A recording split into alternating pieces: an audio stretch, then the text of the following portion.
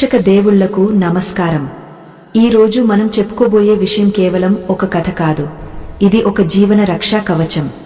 మనకు తెలియకుండానే మన వెనుక గోతులు తీసేవారు, అకారణంగా మనల్ని ద్వేషించేవారు, మన ఎదుగుదలను చూసి ఓర్వలేక అసూయపడేవారు ఈ కలియుగంలో అడుగడుగునా ఉంటారు. మరి అటువంటి వారిని మనం ఏం చేయాలి? మనం కూడా తిరిగి వారిని ద్వేషించాలా, లేక వారి పతనాన్ని కోరుకోవాలా? కాని కృష్ణ పరమాత్ముడు గీతలోను భీష్మ పితామహుడు అంపశయ్య మీద నుండి ఒక అద్భుతమైన రహస్యాన్ని మనకు అందించారు. మనం ఒక్క మాట కూడా మాట్లాడకుండా, మన మనస్సును కలుషితం చేసుకోకుండా, కేవలం ఆ భగవంతుడి నామస్మరణ అనే అదృశ్య శక్తితో శత్రువులను ఎలా దూరం చేసుకోవచ్చు, మన జోలికి వచ్చిన వారిని ఆ దైవమే ఎలా చూసుకుంటాడు అనే పరమ రహస్యాన్ని విష్ణు సహస్రనామ వైభవంలో భాగంగా ఈరోజు తెలుసుకుందాం. ఈ అద్భుతమైన విషయానికి వెళ్లే ముందు అమ్మ మాటగా ఒక చిన్న విన్నపం. మన సనాతన ధర్మాన్ని, ఈ మంచి విషయాలను 10 మందికి చేర్చడంలో మీరు కూడా భాగస్వాములు కండి. ఈ వీడియోను లైక్ చేయండి, మీకు తెలిసిన వారందరికీ షేర్ చేయండి. రండి, ఆ ద్వాపర యుగపు చివరి ఘడియల్లోకి, కురుక్షేత్ర రణరంగంలోకి మానసికంగా ప్రయాణిద్దాం. గంభీరమైన స్వరంతో కథ ప్రారంభం. అది మహాభారత యుద్ధం ముగిసిన సమయం. 18 రోజుల పాటు ఏకధాటిగా సాగిన ఆ మహాసంగ్రామం అప్పుడే ముగిసింది. అప్పటిదాకా శంఖారావాలతో, ఏనుగుల ఫీంకారాలతో, గుర్రాల సకిలింపులతో, రథచక్రాల చప్పుళ్లతో, వీరుల సింహనాదాలతో దద్దరిల్లిపోయిన కురుక్షేత్ర రణభూమి ఇప్పుడు నిశ్శబ్దంగా ఉంది. ఎంత భయంకరమైన నిశ్శబ్దం అది! గాలి కూడా వీచడానికి భయపడుతున్నట్లుగా ఉంది. ఎటు చూసినా కుప్పలు తెప్పలుగా పడి ఉన్న కళేబరాలు, తెగపడిన చేతులు, కాళ్లు, రక్తం ఏరులై పారిన నేల. ఆ రక్తాన్ని చూసి భూదేవి కూడా భయంతో కంపించిపోతుందేమో అన్నంత ఘోరంగా ఉంది ఆ దృశ్యం. ధర్మరాజు యుద్ధంలో గెలిచాడు. పాండవులు విజయం సాధించారు. కౌరవ వంశం తుడిచిపెట్టుకుపోయింది. ధర్మం గెలిచింది అని లోకమంతా జేజేలు పలుకుతోంది. కాని హస్తిన సింహాసనాన్ని అధిష్ఠించాల్సిన ధర్మరాజు మనసులో మాత్రం సంతోషం లేదు. ఒక అంతులేని విషాదం, ఒక చెప్పలేనంత అశాంతి ఆయన హృదయాన్ని మెలిపెడుతోంది. తన వాళ్లందరినీ చంపుకుని గురువులను, తాతలను, అన్నదమ్ములను, బంధువులను అందరినీ కోల్పోయి సాధించిన ఈ రాజ్యం నాకెందుకు? ఈ నెత్తుటికూడు నాకు అవసరమా అనే వైరాగ్యం ఆయనను దహించివేస్తోంది. రాజ్యానికి రాజైతే అయ్యాడు కాని మనశ్శాంతి లేని రాజుగా మిగిలిపోయాడు. రాత్రిళ్ళు నిద్ర రావడం లేదు. కళ్ళు మూసుకుంటే చాలు, యుద్ధభూమిలో చనిపోయిన వారి ఆర్తనాదాలు వినిపిస్తున్నాయి. తన వల్ల ఇంతమంది చనిపోయారా అన్న పాపభీతి ఆయనను వెంటాడుతోంది. శత్రువులను జయించాను అనుకున్నాడు కాని తనలో ఉన్న అశాంతి అనే శత్రువును జయించలేకపోతున్నాడు. ఇది మనందరి జీవితాల్లోనూ జరిగేదే కదా. మనం బయట ఉండే శత్రువులను చూసి భయపడతాం, లేదా వారిని గెలవాలని ఆరాటపడతాం. కాని అసలైన శత్రువులు మనశ్శాంతిని దూరం చేసే మన ఆలోచనలే అని చాలా ఆలస్యంగా గ్రహిస్తాం. ఇటువంటి దయనీయమైన స్థితిలో ధర్మరాజు శ్రీకృష్ణ పరమాత్ముడి దగ్గరకు వెళ్లాడు. ద్వారకానాథుడు అప్పుడే ఏదో దీర్ఘాలోచనలో ఉన్నాడు. ఆయన ముఖంలో ఎప్పుడు ఉండే ఆ చిరునవ్వు అలాగే ఉంది కాని కళ్లలో మాత్రం ఏదో తెలియని గాంభీర్యముంది. ధర్మరాజు కృష్ణుడి పాదాల మీద పడ్డాడు. కన్నీళ్లు ఆ పాదాలను కడుగుతుండగా గద్గద స్వరంతో అడిగాడు, కృష్ణ, వాసుదేవ, జగద్గురు, నన్ను రక్షించు. నేను యుద్ధంలో గెలిచాను, రాజ్యాన్ని పొందాను. కాని నా మనసు ఓడిపోయింది కృష్ణ. నా హృదయం నిండా భారం, నాకు శాంతి లేదు. నా చుట్టూ ఉన్న శత్రువులు చనిపోయారు, కాని నా భయం చావలేదు. ఇంకా ఏదో కీడు జరుగుతుందేమోనన్న ఆందోళన, చేసిన పాపాలకు శిక్ష పడుతుందేమోనన్న భయం. అసలు ఈ సంసార సాగరంలో, ఈ రాజకీయ చదరంగంలో నిత్యం మనల్ని పడగొట్టడానికి చూసే శత్రువుల మధ్య మనశ్శాంతిగా బతకడం ఎలా? ఒక మనిషికి సంపూర్ణ రక్షణ ఎలా దొరుకుతుంది? ఏ ఆయుధాలు లేకుండా, ఏ సైన్యం లేకుండా మనిషి తనకు తానుగా ఎలా రక్షించబడగలడు? నా ఈ అశాంతిని పోగొట్టి నాకు ధర్మ సూక్ష్మాలను, మోక్ష మార్గాన్ని, అభయమిచ్చే రక్షణ కవచాన్ని ఉపదేశించు తండ్రి అని వేడుకున్నాడు. ధర్మరాజు అడిగిన ప్రశ్న సామాన్యమైనది కాదు. అది సమస్త మానవాళి తరపున అడిగిన ప్రశ్న. ఈ కలియుగంలో మనందరిది అదే పరిస్థితి కదా. ఆఫీసుల్లో పాలిటిక్స్, వ్యాపారంలో పోటీదారులు, బంధువుల్లో అసూయపరులు. ఇలా ఎటు చూసినా మనకు తెలియకుండానే మనకు శత్రువులు తయారవుతుంటారు. మనం మంచిగా ఉన్నా మనల్ని చెడుగా చూపేవాళ్లు ఉంటారు. మరి వీరి నుంచి మనల్ని మనం ఎలా కాపాడుకోవాలి? శ్రీకృష్ణుడు ధర్మరాజు వంక జాలిగా చూశాడు. ఆయన తలమీద చెయ్యి వేసి నిమిరాడు. ధర్మనందన, నీ ఆవేదన నాకు అర్థమైంది. కాని నీ ప్రశ్నకు సమాధానం చెప్పడానికి నేను అర్హుడిని కాను అన్నాడు కృష్ణుడు. ధర్మరాజు ఆశ్చర్యపోయాడు. ఏమిటి కృష్ణ, నువ్వు సర్వజ్ఞుడివి, సృష్టి స్థితి లయ కారకుడివి, గీతాచార్యుడివి. నువ్వు కాక ఇంకెవరు నాకు సమాధానం చెప్పగలరు అని అడిగాడు. అప్పుడు కృష్ణుడు నవ్వి, ధర్మా, జ్ఞానం అనేది అనుభవం నుండి పండినప్పుడు దానికి విలువ ఎక్కువ. నేను భగవంతుడిని కాబట్టి నాకు అన్నీ తెలుసు. కాని ఒక మనిషిగా పుట్టి కష్టసుఖాలను అనుభవించి ధర్మాధర్మాల సంఘర్షణలో నలిగి చివరకు సత్యాన్ని తెలుసుకున్న మహాజ్ఞాని ఒకరున్నారు. ఆయనే భీష్మ పితామహుడు. ప్రస్తుతం ఆయన కురుక్షేత్ర రణరంగంలో అంపశయ్య మీద మరణం కోసం ఎదురుచూస్తూ పడుకుని ఉన్నారు. ఆయన జ్ఞాన సూర్యుడు అస్తమించే సమయం ఆసన్నమైంది. ఆయన దేహం వదిలేలోపు ఆ మహాజ్ఞానాన్ని నువ్వు ఆయన నుండి గ్రహించాలి. నీ సందేహాలకు, నీ భయాలకు, నీ శత్రు బాధలకు ఆయనే సరైన పరిష్కారం చూపగలడు. పద, ఇప్పుడే భీష్ముడి దగ్గరకు వెళ్దాం అన్నాడు. నిజానికి కృష్ణుడికి తెలియనిది ఏముంది? కాని భీష్ముడికి ఆ గౌరవం దక్కాలని, తన భక్తుడైన భీష్ముడి నోటిగుండా వచ్చే ఆ మహామంత్రాన్ని లోకానికి అందించాలని ఆ పరమాత్ముడి సంకల్పం. అది ఆ భగవంతుడి లీల. మనకు గురువు గొప్పతనాన్ని చెప్పడానికి స్వయంగా భగవంతుడే గురువును వెతుక్కుంటూ వెళ్లాడు. పాండవులు 5 ద్రౌపదితో కలిసి శ్రీకృష్ణుడిని అనుసరిస్తూ కురుక్షేత్రం వైపు బయలుదేరారు. రథాలు కదులుతున్నాయి. గాలిలో దుమ్ము రేగుతోంది. కొంతసేపటికి వారు భీష్మ పితామహుడు ఉన్న ప్రదేశానికి చేరుకున్నారు. ఆ దృశ్యం చూస్తే కచిన పాషాణం కూడా కరిగిపోతుంది. తెల్లటి గడ్డం, నెరిసిన జుట్టు, 6 అడుగుల ఆజానుబాహుడు. కాని ఇప్పుడు ఆయన శరీరం నిండా బాణాలు గుచ్చుకుని ఉన్నాయి. భూమికి ఆనుకోకుండా ఆ బాణాలనే పడకగా చేసుకుని పడుకుని ఉన్నారు గాంగేయుడు. ఒళ్లంతా రక్తం కారుతోంది. నొప్పి నరనరాల్లోనూ పాకిపోతోంది. సాధారణ మనిషి అయితే ఆ బాధకు ఎప్పుడో ప్రాణం వదిలేసేవాడు. కాని ఆయన ఇచ్ఛామరణి. తనకు కావలసినప్పుడు మాత్రమే మరణాన్ని ఆహ్వానించగల వరం ఉన్నవాడు. అందుకని ఆ నొప్పిని భరిస్తూ ఉత్తరాయణ పుణ్యకాలం కోసం ఎదురుచూస్తూ భగవంతుడి ధ్యానంలో ఉన్నారు. ఆయన కళ్ళు మూసుకుని ఉన్నారు. కాని ఆయన ముఖంలో ఏదో తెలియని తేజస్సు, బాధ తాలూకు ఛాయలు ఏమీ లేవు. కేవలం ప్రశాంతత, గాంభీర్యం. శ్రీకృష్ణుడు రథం దిగి భీష్ముడి దగ్గరకు నడిచాడు. ఆయన వెనుక పాండవులు చేతులు జోడించి నడిచారు. కృష్ణుడు భీష్ముడి దగ్గరకు వెళ్లి పితామహా అని ఆప్యాయంగా పిలిచాడు. ఆ పిలుపు వినగానే భీష్ముడి శరీరం పులకించిపోయింది. కష్టంగా కళ్ళు తెరిచాడు. ఎదురుగా సాక్షాత్తు తను నమ్ముకున్న దైవం ఆ నారాయణుడు కనపడేసరికి ఆయన కళ్లలో ఆనందబాష్పాలు రాలాయి. బాణాల బాధను కూడా మర్చిపోయి చేతులు జోడించి నమస్కరించడానికి ప్రయత్నించాడు. కాని శరీరం సహకరించలేదు. కృష్ణ, వాసుదేవా, జగన్నాథ, చివరి ఘడియల్లో నాకు దర్శనమిచ్చావా? నా జన్మ ధన్యమైంది తండ్రి అని గద్గద స్వరంతో అన్నాడు భీష్ముడు. కృష్ణుడు చిరునవ్వుతో, గాంగేయ, నీ భక్తి నన్ను ఇక్కడికి లాక్కొచ్చింది. అంతేకాదు, ఇదిగో ధర్మరాజు యుద్ధం గెలిచినా మనసులో ఓడిపోయి నీ దగ్గరకు వచ్చాడు. అశాంతితో రగలిపోతున్నాడు. రాజధర్మాన్ని, ఆపద్ధర్మాన్ని, మోక్షధర్మాన్ని నీ నుండి నేర్చుకోవడానికి వచ్చాడు. వీరికి జ్ఞానబోధ చేసి వీరి మనసులోని చీకటిని పోగొట్టు అని ఆదేశించాడు. అప్పుడు భీష్ముడు కృష్ణుడి వైపు దీనంగా చూసి, కృష్ణ, నేను పాపాత్ముడిని.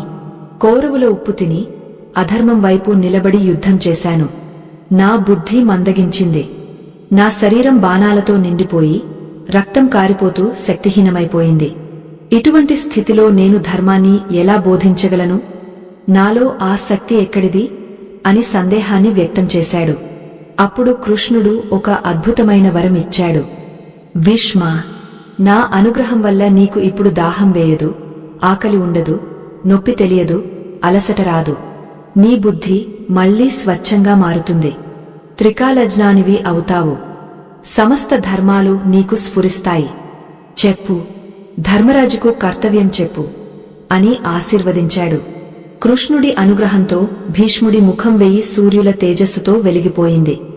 ఆయన ఇక సామాన్య మానవుడు కాదు, సాక్షాత్తు జ్ఞానస్వరూపుడు. ధర్మరాజు భీష్ముడి పాదాల దగ్గర కూర్చుని అనేక ప్రశ్నలు అడిగాడు. దానధర్మాల గురించి, రాజనీతి గురించి, స్త్రీ ధర్మాల గురించి, ఇలా ఎన్నో విషయాలు అడిగాడు. భీష్ముడు అన్నింటికీ ఓపికగా సమాధానం చెప్పాడు. చివరగా ధర్మరాజు అత్యంత ముఖ్యమైన, ఈ కథకు, మన జీవితానికి కీలకమైన 6 ప్రశ్నలను అడిగాడు. ఈ 6 ప్రశ్నలే విష్ణు సహస్రనామ స్తోత్రానికి ప్రాణం. ఈ ప్రశ్నలే మన శత్రువుల నుండి మనల్ని కాపాడే కవచానికి పునాది. ధర్మరాజు అడిగాడు, పితామహా, ఒకటి, ఈ లోకంలో అందరికంటే గొప్ప దైవం ఎవరు? కిం ఏకం దైవతంలోకే? 2, ఎవరిని ఆశ్రయిస్తే మనిషికి గమ్యం దొరుకుతుంది? కిం వాపి ఏకం పరాయణం? 3, ఎవరిని స్తుతిస్తే మనిషికి శుభాలు కలుగుతాయి? స్తువంతః కం? 4, ఎవరిని పూజిస్తే కోరికలు తీరుతాయి? కం అర్చంతః? 5, అన్ని ధర్మాలకెల్లా గొప్ప ధర్మమేది? కో ధర్మః సర్వధర్మానాం? 6, దేనిని జపిస్తే మనిషి పుట్టుక, చావు అనే సంకెళ్ల నుండి, సంసార బంధాల నుండి విముక్తి పొందుతాడు? కిం జపన్ముచ్యతే? ఓ తాత, నాకు చెప్పు. నాకు అస్త్రశస్త్రాలు వద్దు, సైన్యాలు వద్దు. నాకు కావలసింది శాశ్వతమైన రక్షణ. నా శత్రువులు, అంతర్గత మరియు బాహ్య, నన్ను తాకకుండా ఉండే రక్షణ కావాలి. అది ఏ మంత్రం, ఏ నామం అని అడిగాడు. అప్పుడు భీష్ముడు ఆకాశం వైపు చూసి, ఆ తర్వాత కృష్ణుడి వైపు చూసి ఒక మహాద్భుతమైన సమాధానం చెప్పడం మొదలుపెట్టాడు. ఆ సమాధానమే శ్రీ విష్ణు సహస్రనామ స్తోత్రం. ధర్మరాజా, విను. జగత్తు మొత్తానికి ప్రభువు, దేవతలందరికీ దేవుడు, అనంతమైన రూపాలు కలిగినవాడు ఆ శ్రీమన్నారాయణుడే. ఆయనే పరమ గమ్యం. ఆయన నామాలను స్తుతించడమే అన్నింటికంటే గొప్ప ధర్మం. ఎందుకంటే యజ్ఞాలు చేయాలంటే డబ్బు కావాలి, దానాలు చేయాలంటే సంపద కావాలి. కాని నామం చేయడానికి ఏమీ అక్కర్లేదు. కేవలం భక్తి ఉంటే చాలు. అటువంటి ఆ పరమాత్ముడి 1000 నామాలను, సహస్రనామాలు నీకు చెబుతాను విను. ఈ నామాలు కేవలం పేర్లు కాదు. ఇవి ఒక్కొక్కటి ఒక్కొక్క బాంబులాంటి శక్తి కలిగిన బీజాక్షరాలు. ఇవి నీ చుట్టూ ఒక అదృశ్యమైన వజ్ర కవచాన్ని సృష్టిస్తాయి. ఏ శత్రువైనా సరే నీ వైపు చెడు ఆలోచనతో చూస్తే, ఆలోచన వారినే తిరిగి దహించేలా చేయగల శక్తి ఈ నామాలకు ఉంది అని భీష్ముడు చెప్పడం ప్రారంభించాడు. అక్కడున్న వారందరూ ఊపిరి బిగబట్టి వింటున్నారు. గాలి కూడా స్తంభించిపోయింది. ఆ క్షణం ఒక చరిత్ర. భీష్ముడి కంచం నుండి గంగా ప్రవాహంలా విష్ణు నామాలు రావడం మొదలయ్యాయి. విశ్వం విష్ణుః వషట్కారో భూతభంవ్యభవత్ప్రభు అంటూ ఆ గంభీరమైన స్వరంతో ఆయన ఒక్కొక్క నామాన్ని ఉచ్చరిస్తుంటే, ఆ శబ్ద తరంగాలకు కురుక్షేత్రంలోని ప్రతి అణువు పవిత్రమైపోతోంది. అయితే ఇక్కడ మనం ఒక ముఖ్యమైన విషయాన్ని గమనించాలి. అసలు కేవలం పేర్లు పలకడం వల్ల శత్రువుల నుండి రక్షణ ఎలా వస్తుంది? దీని వెనుక ఉన్న సైన్స్ ఏంటి? ఆధ్యాత్మిక రహస్యమేంటి? శత్రువు మనకు హాని చేయాలనుకున్నప్పుడు వాడి మనసులోంచి నెగటివ్ వైబ్రేషన్స్, చెడు తరంగాలు మన వైపు వస్తాయి. మనం కనుక మామూలు స్థితిలో ఉంటే ఆ తరంగాలు మనల్ని తాకి మన మనసును, ఆరోగ్యాన్ని, జీవితాన్ని పాడు చేస్తాయి. అందుకే దిష్టి తగలడం నరదోష అని అంటుంటాం. కాని ఎప్పుడైతే మనం విష్ణు సహస్రనామాన్ని పలిస్తామో లేదా వింటామో, మన చుట్టూ ఒక పాజిటివ్ ఎనర్జీ ఫీల్డ్, ధనాత్మక శక్తి వలయం ఏర్పడుతుంది. ఇది ఎలా పనిచేస్తుంది అంటే, ఒక అదృశ్య విద్యుత్ కంచెలా, ఒక దాటలేని అగ్ని వలయంలా ఈ నామాలు మన చుట్టూ ఏర్పడతాయి. మన పురాణాల్లో, శాస్త్రాల్లో శబ్ద బ్రహ్మ అనే ఒక మాట ఉంది. అంటే శబ్దమే దైవం. మనం మాట్లాడే ప్రతి మాటకు, వినే ప్రతి శబ్దానికి ఒక శక్తి ఉంటుంది.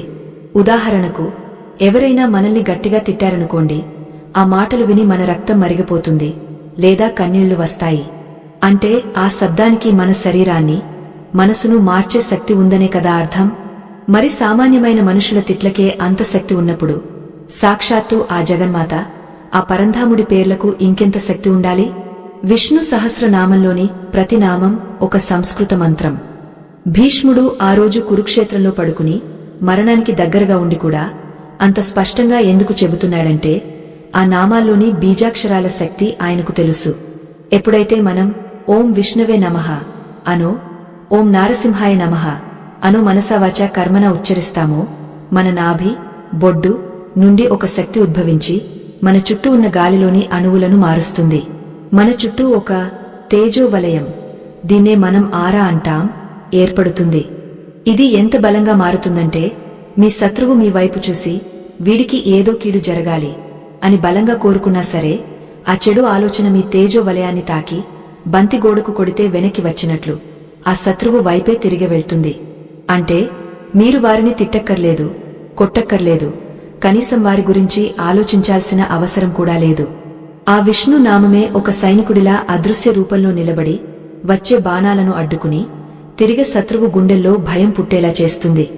అందుకే భీష్ముడు అంటాడు భయం కృత్ భయనాశనః అని. అంటే ఆ పరమాత్ముడు భక్తులకు భయాన్ని పోగొట్టేవాడు, కాని దుర్మార్గులకు, శత్రువులకు భయాన్ని పుట్టించేవాడు. మనం ఆయన్ని నమ్ముకుంటే ఆ భయం పుట్టించే బాధ్యత ఆయనే తీసుకుంటాడు.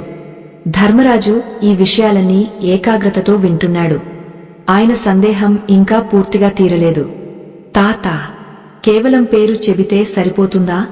మరి నేను ఇన్ని రోజులు పూజలు చేశాను కదా, నాకెందుకు కష్టాలు వచ్చాయి అనే ప్రశ్న ఆయన కళ్లలో మెదులుతోంది.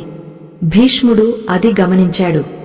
అప్పుడు ఆయన అంబరీషుడి కథను ఉదహరిస్తూ శత్రువులకు మన ప్రమేయం లేకుండానే ఎలా శిక్ష పడుతుందో వివరించాడు. ఈ కథ విష్ణు సహస్రనామ శక్తికి, శరణాగతి తత్వానికి ఒక గొప్ప ఉదాహరణ. ధర్మరాజా, నీకు అంబరీషుడి కథ తెలుసు కదా. ఆయన గొప్ప విష్ణు భక్తుడు. రాజు అయినప్పటికీ రాజభోగాల కంటే ఆ నారాయణుడి పాద సేవలోనే ఆనందం వెతుక్కునేవాడు. ఆయన ఎప్పుడూ ఎవరికీ హాని తలపెట్టలేదు. కాని ఒకసారి దూర్వాస మహాముని అంబరీషుడి మీద కోపగించుకున్నాడు. దూర్వాసుడు సామాన్యుడు కాదు, గొప్ప తపశ్శక్తి సంపన్నుడు. కాని కోపం ఎక్కువ. అంబరీషుడు ఏకాదశి ఉపవాసముండి 12 ఘడియలు వెళ్లిపోయేలోపు పారణ, భోజనం చేయాలి. సరిగా అదే సమయానికి దూర్వాసుడు వచ్చాడు. అతిథికి పెట్టకుండా తినకూడదు అనేది ధర్మం. కాని అతిథి స్నానానికి వెళ్లి ఎంతకీ రాలేదు. ముహూర్తం దాటిపోతే వ్రతం భంగం అవుతుంది. అప్పుడు అంబరీషుడు పండితుల సలహా మేరకు వ్రతభంగం కాకూడదని, అతిథిని అవమానించినట్లు కాకూడదని కేవలం ఒక తులసి తీర్థం, నీళ్లు తాగ వ్రతం పూర్తి చేశాడు. స్నానం చేసి వచ్చిన దూర్వాసుడు ఇది తెలుసుకుని అగ్గల మీద గుగ్గలం అయ్యాడు. నన్ను భోజనానికి పిలిచి నేను రాకముందే నువ్వు తింటావా, నన్ను అవమానిస్తావా అని కళ్ళెర్రజేశాడు. అంబరీషుడు ఎంత వేడుకున్నా వినలేదు. తన జడలోంచి ఒక వెంట్రుక పీకి నేలకేసి కొట్టాడు. అందులోంచి ఒక భయంకరమైన కృత్య, రాక్షసి పుట్టి అంబరీషుడిని చంపడానికి మీదకు వచ్చింది. ఇక్కడ మనం గమనించాల్సిన అద్భుతమైన విషయం ఒకటుంది. అంబరీషుడు ఏం చేశాడు? తన దగ్గర కత్తి ఉంది, సైన్యం ఉంది. ఆ రాక్షసిని ఎదిరించడానికి ఆయన ఆయుధం తీయొచ్చు కదా, లేదా దూర్వాసుడి కాళ్ల మీద పడి ప్రాధేయపడొచ్చు కదా. కాని అంబరీషుడు ఆ రెండూ చేయలేదు. ఆయన కనీసం తన స్థానం నుండి కదలలేదు. కళ్ళు మూసుకుని 2 చేతులు జోడించి, నారాయణ, అంతా నీ ఇష్టం. ఈ ఆపద నీది, ఈ ప్రాణం నీది. రక్షించినా శిక్షించినా నువ్వే అని మనసులో ఆ స్వామి నామాన్ని స్మరించుకుంటూ ఉండిపోయాడంతే. దీన్నే సంపూర్ణ శరణాగతి అంటారు. శత్రువు దాడి చేస్తున్నప్పుడు మన బుద్ధిని, బలాన్ని పక్కన పెట్టి దేవుడిని నమ్మడం. ఎప్పుడైతే అంబరీషుడు అలా కళ్ళు మూసుకున్నాడో వైకుంఠంలో ఉన్న విష్ణువు సింహాసనం కదిలింది. నా భక్తుడి జోలికి వస్తారా అని ఆ స్వామి ఆగ్రహించాడు. వెంటనే ఆయన చేతిలో ఉన్న సుదర్శన చక్రం ఎవరి ఆజ్ఞ కోసమో ఎదురు చూడకుండా రివ్వున దూసుకొచ్చింది. రెప్పపాటు కాలంలో ఆ రాక్షసిని బూడిద చేసింది. అంతటితో ఆగలేదు. ఆ చక్రాన్ని ప్రయోగించిన దూర్వాసుడి వైపు తిరిగింది. ఇప్పుడు చూడండి పరిస్థితి ఎలా మారిపోయిందో. అంబరీషుడు మనలాంటి భక్తుడు ఏమీ చేయలేదు, కేవలం నిశ్చలంగా ఉన్నాడు. కాని అతని శత్రువు దూర్వాసుడు ఇప్పుడు ప్రాణాలు అరచేతిలో పెట్టుకుని పారిపోతున్నాడు. సుదర్శన చక్రం దూర్వాసుడిని తరిమింది. ఆయన ముల్లోకాలు తిరిగాడు. బ్రహ్మ దగ్గరకు వెళ్తే నారాయణుడి చక్రం నేను ఆపలేను అన్నాడు.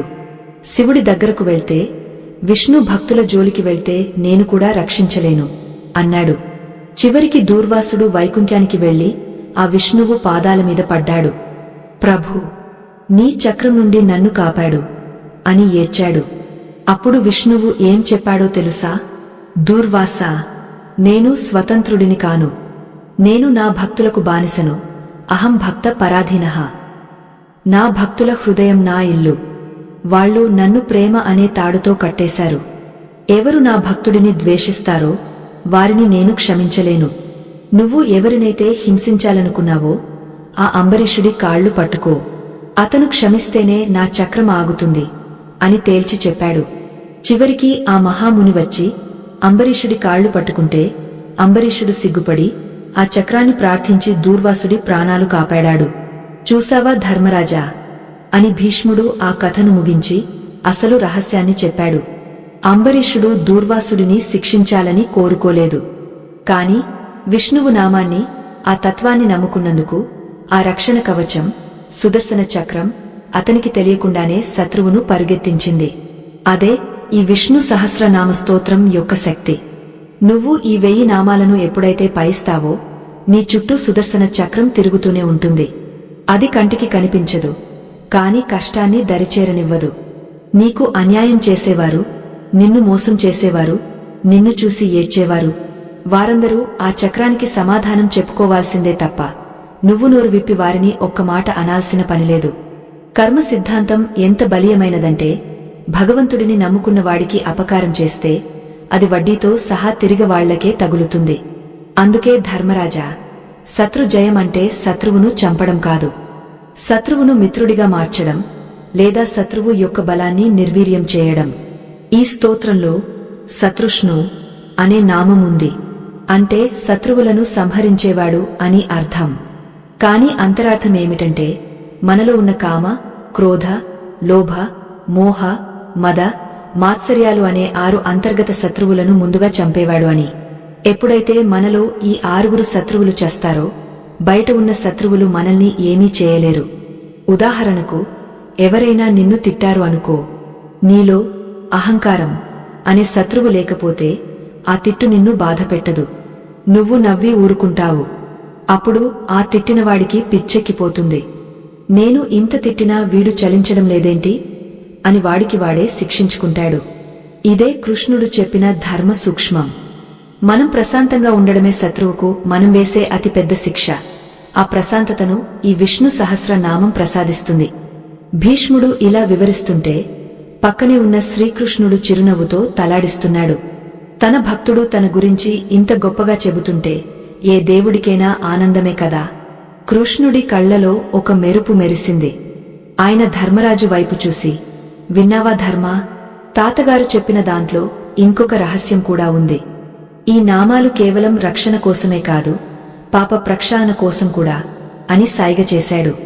అవును, మనం తెలిసి తెలియక ఎన్నో పాపాలు చేస్తుంటాం. పూర్వజన్మ కర్మలు మనల్ని వెంటాడుతుంటాయి. ఈ కర్మల వల్లే మనకు శత్రువులు ఏర్పడతారు.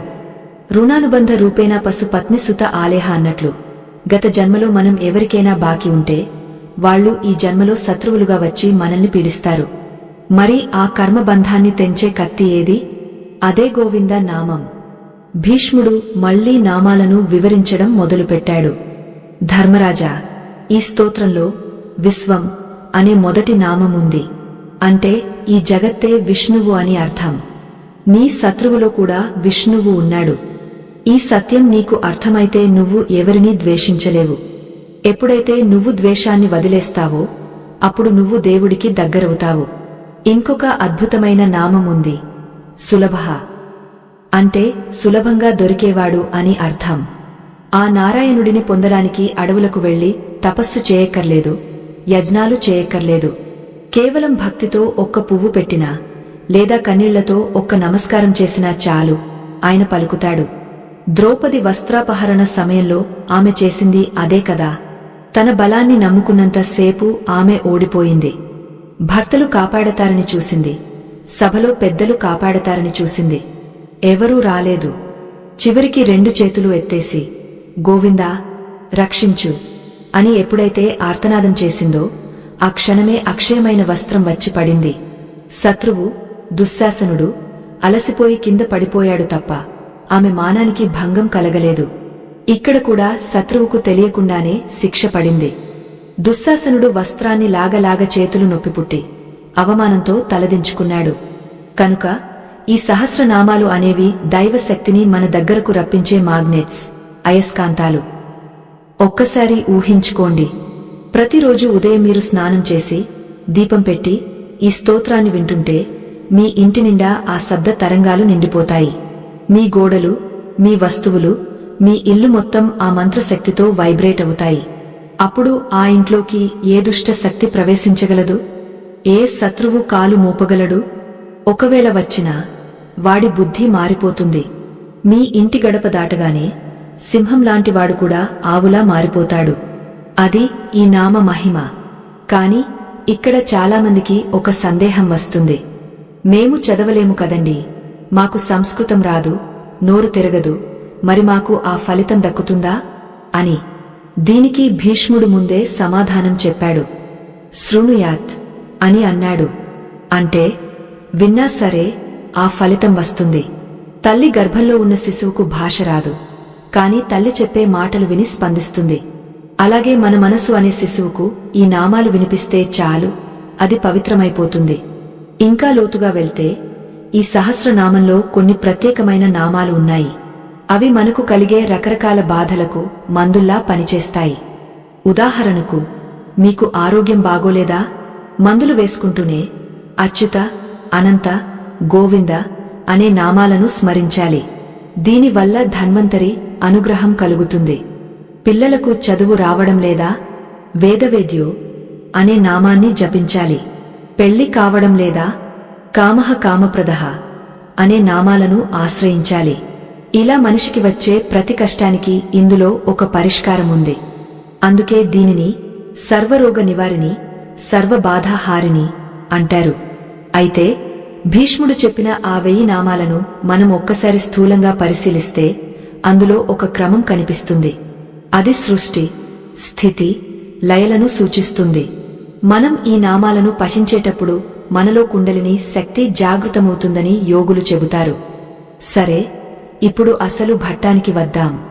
భీష్ముడు ఆ నామాలను ఎలా వర్ణించాడు? ఒక్కొక్క నామం వెనుక ఉన్న ఆంతర్యమేమిటి? కృష్ణుడు స్వయంగా తన నామాలను వింటూ ఎలా పరవశించిపోయాడు?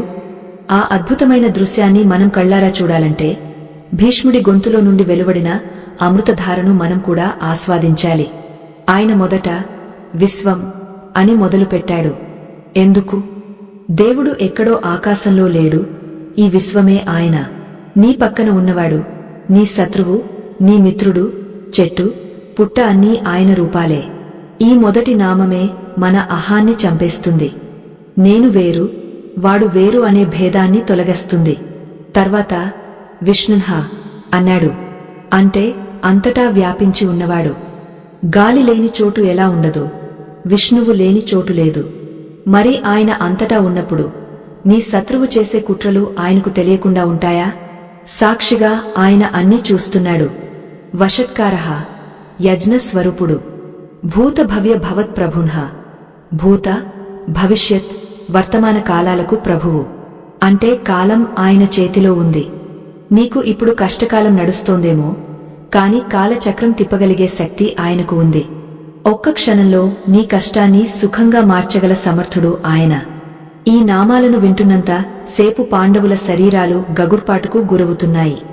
అప్పటిదాకా వారి మనసులో ఉన్న యుద్ధం తాలూకు అలసట, బాధ, ఆందోళన అన్నీ మంచులా కరిగిపోతున్నాయి. ఒక కొత్త ఉత్సాహం, ఒక తెలియని ధైర్యం వారిలో ప్రవేశిస్తోంది. ధర్మరాజు ముఖంలో కళ వచ్చింది. ఆయనకు అర్థమైంది.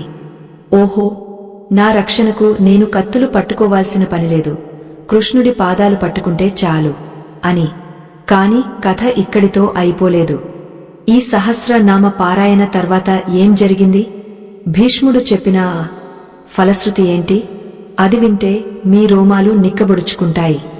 ఎందుకంటే ఆ ఫలశ్రుతిలో భీష్ముడు సామాన్యులకు, స్త్రీలకు, గృహస్థులకు, విద్యార్థులకు అందరికీ ఎలాంటి లాభాలు కలుగుతాయో విడమరచి చెప్పాడు.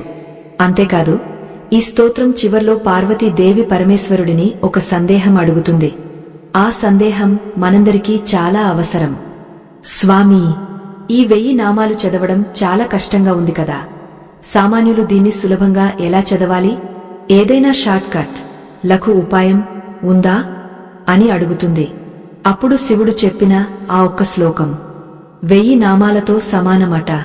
అది ఏమిటో తెలిస్తే మీరు ఆశ్చర్యపోతారు. ఆ రహస్యాలని ఆ పరమేశ్వరుడు పార్వతికి చెప్పిన రామ మంత్ర రహస్యం విష్ణు సహస్రనామం తర్వాత వచ్చే అద్భుతమైన మలుపులు వచ్చే భాగంలో తెలుసుకుందాం. ఇప్పుడు మనం ఒక అద్భుతమైన మలుపు దగ్గర ఉన్నాం. భీష్ముడు నామాలను పూర్తి చేస్తున్నాడు. దేవతలు పూలవాన కురిపిస్తున్నారు. కాని అంతలోనే ఒక దివ్యమైన నిశ్శబ్దం ఆవరించింది. భీష్మ పితామహుడు ఆ 1000 నామాలను పయించడం పూర్తి చేశాడు. చివరిగా వనమాలి గది సార్ంగి సంఖీ చక్రీచనందకి శ్రీమాన్నారాయణో విష్ణుః వాసుదేవో అభిరక్షతు అంటూ ముగించాడు. అంటే చేతిలో గద, శంఖం, చక్రం, ఖడ్గం, విల్లు ధరించి మెడలో వైజయంతి మాలను వేసుకున్న ఆ శ్రీమన్నారాయణుడు, ఆ వాసుదేవుడు మనల్ని అన్ని వైపుల నుండి రక్షించుగాక అని దీవించాడు. ఆ మాటలు పూర్తి కాగానే అక్కడి వాతావరణం మొత్తం మారిపోయింది. అప్పటిదాకా ధర్మరాజు ముఖంలో కనిపించిన దైన్యం, ఆందోళన, భయం మటుమాయమయ్యాయి. ఒక అద్భుతమైన ప్రశాంతత ఆయన ముఖంలో కొట్టొచ్చినట్లు కనిపిస్తోంది. యుద్ధం చేసి అలసిపోయిన పాండవుల శరీరాల్లోకి కొత్త రక్తం ఎక్కినట్లుగా నూతన ఉత్తేజం వచ్చింది. పక్కనే ఉన్న వ్యాస మహర్షి, నారదముని, ఇతర ఋషులు కూడా ఆనందంతో పులకించిపోయారు. ఎందుకంటే భీష్ముడు కేవలం పేర్లు చదవలేదు, తన ప్రాణశక్తిని, తన తపస్సును ధారపోసి ఆ నామాలకు ప్రాణం పోశాడు. అయితే ఇక్కడ భీష్ముడు ఒక ముఖ్యమైన పని చేశాడు. ఏ స్తోత్రమైనా, ఏ మంత్రమైనా చెప్పిన తర్వాత దానివల్ల కలిగే ప్రయోజనం, ఫలితం ఏమిటో చెప్పాలి. దాన్నే మనం ఫలశ్రుతి అంటాం. మనం ఏదైనా మందు కొనుక్కునేటప్పుడు అది ఏ రోగానికి పనిచేస్తుంది, ఎలా వాడాలి, దానివల్ల సైడ్ ఎఫెక్ట్స్ ఏమైనా ఉంటాయా అని డాక్టర్ను అడుగుతాం కదా. అలాగే భీష్ముడు కూడా రాబోయే కలియుగంలో మనుషుల మనస్తత్వాలు ఎలా ఉంటాయో ముందే ఊహించి ఈ సహస్రనామాన్ని పలిస్తే కలిగే ఫలితాలను పూసగుచ్చినట్లు వివరించాడు. ఈ ఫలశ్రుతిలోనే మనకు అసలైన రహస్యం, మన శత్రువుల పీచమనిచే అస్త్రం దాగ ఉంది. భీష్ముడు ధర్మరాజుతో ఇలా అన్నాడు: ధర్మనందన, ఎవరైతే ఈ 1000 నామాలను ప్రతిరోజు పలిస్తారో లేదా భక్తితో వింటారో వారికి ఈ లోకంలోనూ పరలోకంలోనూ ఎటువంటి అశుభం జరగదు. ఇది నా ప్రతిజ్ఞ. గమనించారా? ఎటువంటి అశుభం జరగదు అని భీష్ముడు ఎంత ఖచ్చితంగా చెప్పాడో. దీని అర్థమేమిటి? మనకు అశుభం జరగాలంటే 2 మార్గాలు ఉంటాయి. ఒకటి, మన కర్మ వల్ల మనకు రోగాలు రావడం, నష్టాలు రావడం. ఎండు బయటి వ్యక్తులు, శత్రువులు మనకు కీడు తలపెట్టడం. భీష్ముడు వాడిన మాట ప్రకారం ఈ నామ పారాయణ చేసేవారికి ఈ 2 రకాల అశుభాలు జరగవు. ఇంకా వివరంగా చెబుతూ రోగార్తో ముచ్యతే రోగాత్ అన్నాడు. అంటే రోగంతో బాధపడేవాడు రోగం నుండి విముక్తుడవుతాడు. బద్ధో ముచ్యేత బంధనాత్, సంకెళ్లతో బంధించబడినవాడు అంటే జైలు పాలైనవాడు లేదా కష్టాల్లో చిక్కుకున్నవాడు ఆ బంధనాల నుండి విడివడతాడు. భయాన్ ముచ్యేత భీతస్తు, భయంతో వణికిపోయేవాడు భయం నుండి విముక్తుడవుతాడు.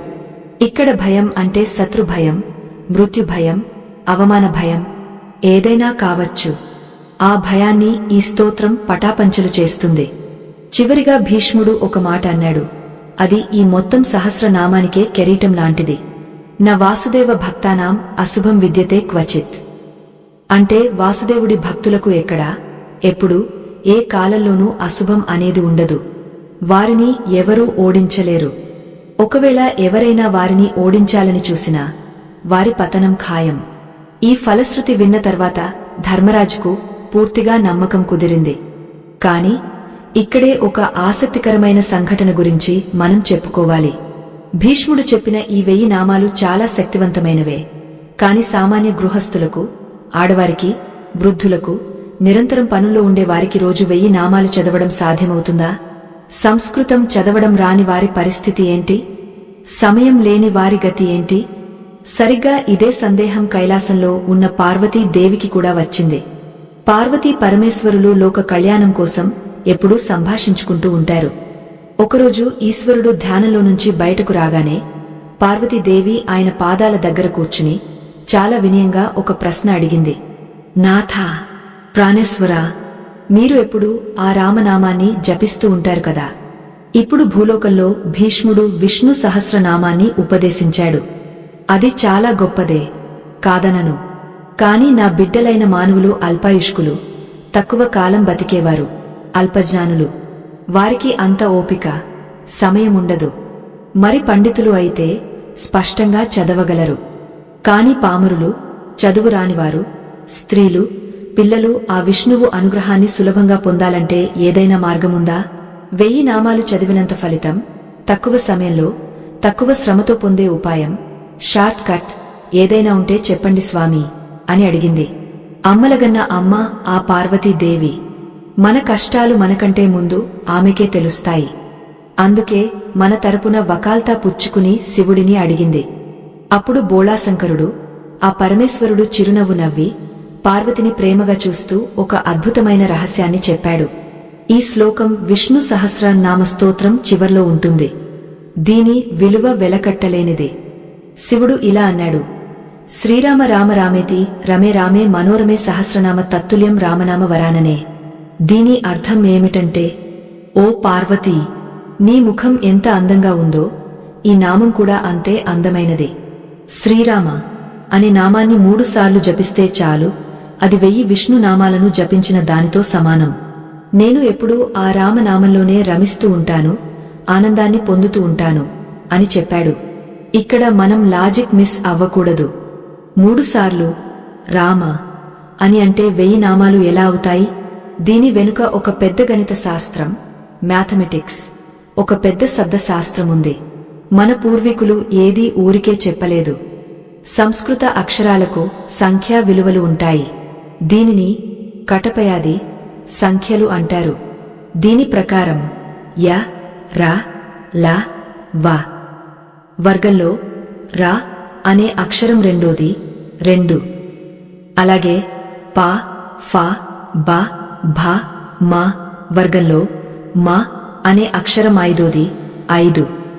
కాబట్టి రామ అనే పదంలో రద్రెండు మా 5 ఈ రెండింటిని గుణిస్తే, మల్టిప్లై చేస్తే 2x5 10 అవుతుంది.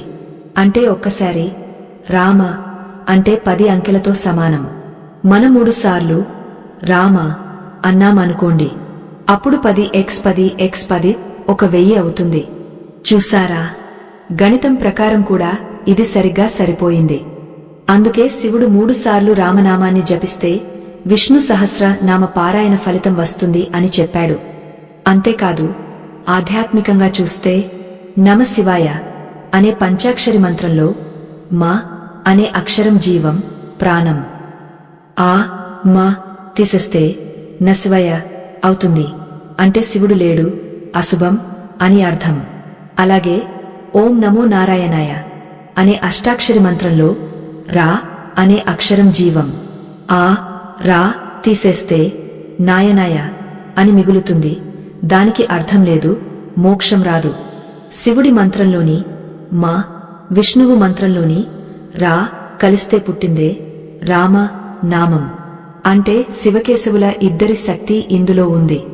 అందుకే ఇది తారక మంత్రం అయ్యింది. ఇది సంసార సాగరాన్ని దాటించే నావ. ఇప్పుడు అసలు విషయానికి వద్దాం. ఈ రామనామానికి శత్రువుల నుండి రక్షణకు ఉన్న సంబంధమేంటి? రామాయణంలో ఒక అద్భుతమైన ఘట్టముంది. వానర సైన్యం లంకకు వెళ్లడానికి సముద్రం మీద వారధి, బ్రిడ్జి కట్టాలి. పెద్ద పెద్ద రాళ్లను సముద్రంలో వేస్తున్నారు, కాని అవి మునిగిపోతున్నాయి. అందరూ నిరాశపడ్డారు.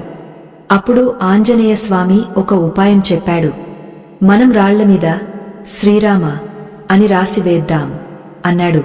ఆశ్చర్యం! బరువుగా ఉన్న బండరాళ్లు నీటిమీద తేలియాడుతున్నాయి.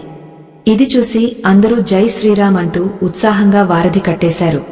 ఈ విషయం రాముడికి తెలిసింది. ఆయనకు ఒక సందేహం వచ్చింది. నా పేరు రాస్తే రాళ్లు తేలాయా? మరి నేను స్వయంగా రాయిని వేస్తే తేలుతుందా అని అనుకుని ఎవరు చూడకుండా ఒక రాయిని తీసి నీటిలో వేశాడు.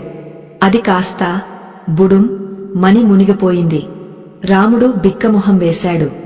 పక్కనే ఉన్న హనుమంతుడు ఇది చూసి చిరునవ్వు నవ్వాడు. రాముడు హనుమంతుడిని పిలిచి, హనుమా, ఇదేంటి విచిత్రం? నా పేరు రాస్తే రాళ్లు తేలాయి, కాని నేను వేస్తే మునిగిపోయింది. అంటే నాకంటే నా పేరుకే శక్తి ఎక్కువ ఉందంటావా అని అడిగాడు.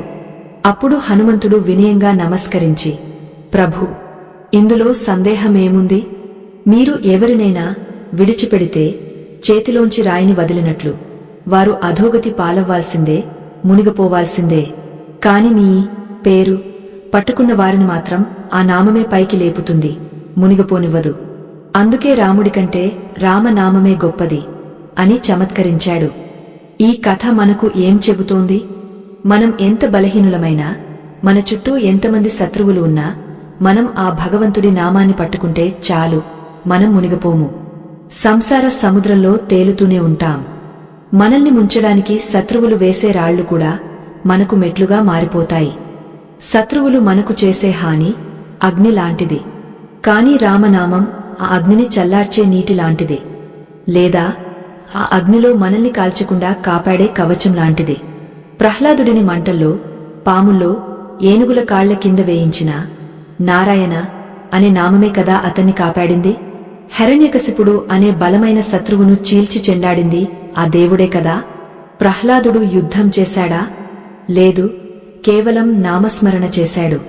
సో విష్ణు సహస్రనామం చదివినా లేదా దానికి సమానమైన శ్రీరామ రామ రామ అనే మంత్రాన్ని జపించిన ఫలితం ఒక్కటే. మన చుట్టూ ఒక రక్షణ వలయం ఏర్పడుతుంది. మరి ఇంత శక్తివంతమైన ఈ స్తోత్రాన్ని ఎలా ఆచరించాలి? దీనికి ఏమైనా నియమాలు ఉన్నాయా? ఆడవాళ్లు నెలసరి సమయంలో చదవచ్చా? స్నానం చేయకుండా వినవచ్చా? మాంసాహారం తినేవాళ్లు చదవచ్చా? ఇటువంటి సందేహాలు మనలో చాలామందికి ఉంటాయి. భక్తి ఉంది, కాని భయం కూడా ఉంది. ఏమైనా తప్పు చేస్తే దేవుడికి కోపం వస్తుందేమో అని. కాని భీష్ముడు, వ్యాసుడు, కృష్ణుడు ఈ విషయంలో చాలా స్పష్టమైన క్లారిటీ ఇచ్చారు. భగవంతుడికి కావాల్సింది శుచి కంటే రుచి, భక్తి అనే రుచి అని చాలాసార్లు నిరూపించారు. ద్రౌపది వస్త్రాపహరణ సమయంలో ఆమె నెలసరితో, రాజస్వల ఉంది, ఏకవస్త్రంతో ఉంది, స్నానం కూడా చేయలేదు. అయినా ఆమె పిలవగానే కృష్ణుడు వచ్చాడు కదా. గజేంద్రుడు ముసలి నోట్లో చిక్కుకుని బురదలో ఉన్నప్పుడు పిలిస్తే విష్ణువు రాలేదా? కాబట్టి నియమాల కంటే నిష్ఠ, నమ్మకం ముఖ్యం. అయితే ఒక పద్ధతి ప్రకారం చేస్తే మన మనసు ఏకాగ్రతగా ఉంటుంది. కాబట్టి పెద్దలు కొన్ని నియమాలు పెట్టారు. అవేంటో మన దైనందిన జీవితంలో ఈ స్తోత్రాన్ని ఎలా భాగం చేసుకోవాలో, తద్వారా మన శత్రువులను ఎలా నిర్వీర్యం చేయాలో వివరంగా తెలుసుకుందాం. ముఖ్యంగా మీ ఆఫీసులోనో, వ్యాపారంలోనో, బంధువుల్లోనో ఒక వ్యక్తి మిమ్మల్ని బాగా ఇబ్బంది పెడుతున్నాడు అనుకోండి. వాడి పేరు చెప్పకుండా, వాడితో గొడవ పడకుండా ఈ విష్ణు సహస్రనామంలోని ఒకే ఒక ప్రత్యేకమైన నామాన్ని వాడి వాడిని ఎలా కంట్రోల్ చేయొచ్చో మీకు తెలుసా? ఆ రహస్య అస్త్రం గురించి తెలిస్తే మీరు ఆశ్చర్యపోతారు. అది ఒక మానసిక ప్రయోగం. అలాగే కృష్ణుడు ఈ స్తోత్రం విన్న తర్వాత భీష్ముడిని ఎలా అనుగ్రహించాడు? భీష్ముడి మరణం ఎలా సంభవించింది? ఆయన ప్రాణం వదిలేటప్పుడు ఆకాశంలో ఎలాంటి అద్భుతాలు జరిగాయి? ఇవన్నీ ఒక ఎత్తైతే, ఈ కలియుగంలో ప్రత్యక్షంగా విష్ణు సహస్రనామం చదివి క్యాన్సర్ వంటి రోగాల నుండి, కోర్టు కేసుల నుండి బయటపడిన వారి నిజ జీవిత అనుభవాలు మరొక ఎత్తు. ఆ గూస్బంప్స్ తెప్పించే నిజ జీవిత గాథలు, ఆ ప్రత్యేకమైన శత్రు సంహారక నామ ప్రయోగం గురించి వచ్చే భాగంలో చెప్పుకుందాం. ఇప్పుడు మనం కథలో ఒక కీలకమైన మలుపు దగ్గర ఉన్నాం. భీష్ముడు చెప్పిన ఫలశ్రుతి పూర్తయింది. ధర్మరాజు లేచి నిలబడ్డాడు. ఆయన కళ్లలో కృతజ్ఞత భావం. కృష్ణుడి వైపు తిరిగా నమస్కరించాడు. అప్పుడు కృష్ణుడు ఏం చేశాడంటే, కృష్ణుడు ధర్మరాజు వంక చూసి చిరునవ్వు నవ్వాడు. ఆ నవ్వులో ఒక ఆమోదముంది. ధర్మరాజా, పితామహుడు చెప్పింది అక్షర సత్యం. నేను కర్మకాండలకు, ఆడంబరాలకు లొంగను. కేవలం భావానికి మాత్రమే బందీని. ఎవరైతే నన్ను ఆర్తితో పిలుస్తారో వారికోసం నేను పరుగు పరుగున వస్తాను. భీష్ముడు చెప్పిన ఈ సహస్రనామం నా హృదయానికి చాలా దగ్గరైనది. దీన్ని పశించేవారు నా రక్షణ వలయంలోకి స్వయంగా ప్రవేశించినట్లే అని అభయమిచ్చాడు. ఆ మాటతో ధర్మరాజు మనసులో ఉన్న చివరి సందేహం కూడా పటాపంచలైపోయింది. ఒక గొప్ప నిధి దొరికిన వాడిలా ఆయన ముఖం వెలిగిపోయింది. ఇప్పుడు మనం గత భాగంలో చెప్పుకున్న మానసిక ప్రయోగం గురించి వివరంగా మాట్లాడుకుందాం. ఇది చాలా ముఖ్యమైన విషయం. మన దైనందిన జీవితంలో, ఆఫీసుల్లో, బంధువుల మధ్య మనల్ని మాటలతో హింసించేవారు, మనశ్శాంతి లేకుండా చేసేవారు చాలామంది ఉంటారు. వారిని మనం ఎదురుతిరిగా ఏమీ అనలేం, అలాగని మౌనంగా భరించలేం. అటువంటప్పుడు ఈ విష్ణు సహస్రనామంలోని ఒక రహస్య పద్ధతిని ఎలా ఉపయోగించాలి? దీనిని ప్రతిబింబ ప్రయోగం అని కూడా పెద్దలు అంటారు. దీనికి మీరు చేయవలసిందల్లా ఒక్కటే. ఎవరైతే మిమ్మల్ని శత్రువుగా భావిస్తున్నారో లేదా మిమ్మల్ని ఇబ్బంది పెడుతున్నారో వారు మీ కళ్ల ముందు ఉన్నప్పుడు లేదా వారి గురించి తలచుకున్నప్పుడు మీరు వారి ముఖాన్ని నేరుగా చూడకండి. వారి వెనుక లేదా వారి హృదయంలో ఆ పరమాత్ముడైన శ్రీమన్నారాయణుడిని ఊహించుకోండి. ఉదాహరణకు, మీ పై అధికారి మిమ్మల్ని అకారణంగా తిడుతున్నాడు అనుకోండి. మీరు రివర్స్లో వాదించకుండా మనసులో ఓం అచ్యుతాయ నమః, నా స్థితి నుండి నన్ను జారనీనివాడు అనిగాని, ఓం అనిర్విణ్ణాయ నమః, ఎలాంటి పరిస్థితుల్లోనూ నిరాశ చెందనివాడు అనిగాని గట్టిగా జపించడం మొదలుపెట్టండి. ఇలా చేస్తున్నప్పుడు మీ మనసులో ఒక దృశ్యాన్ని ఊహించుకోవాలి. అదేంటంటే, ఎదుటి వ్యక్తి నోటి నుండి వస్తున్న ఆ కోపపు మాటలు, నిప్పు రవ్వలు మీ దాకా రాకుండా మీ చుట్టూ ఉన్న విష్ణు చక్రం అనే కాంతి వలయంలో పడి కాలిబూడిద అయిపోతున్నాయి అని భావన చేయాలి. ఇది సైకలాజికల్ గా, మానసిక శాస్త్రం ప్రకారం మరియు స్పిరిచువల్ గా, ఆధ్యాత్మికంగా ఎలా పనిచేస్తుందంటే, ఎప్పుడైతే మీరు ఎదుటివారి కోపానికి భయపడరో లేదా తిరిగి కోప్పడరో అప్పుడు వారి కోపం ఒక గోడకు కొట్టిన బంతిలా వెనక్కి వెళ్తుంది. మీరు మౌనంగా దైవనామాన్ని జపిస్తుంటే మీ నుండి వెలువడే సాత్విక తరంగాలు వారి నుండి వచ్చే రాజసిక, కోప తరంగాలను నిర్వీర్యం చేస్తాయి.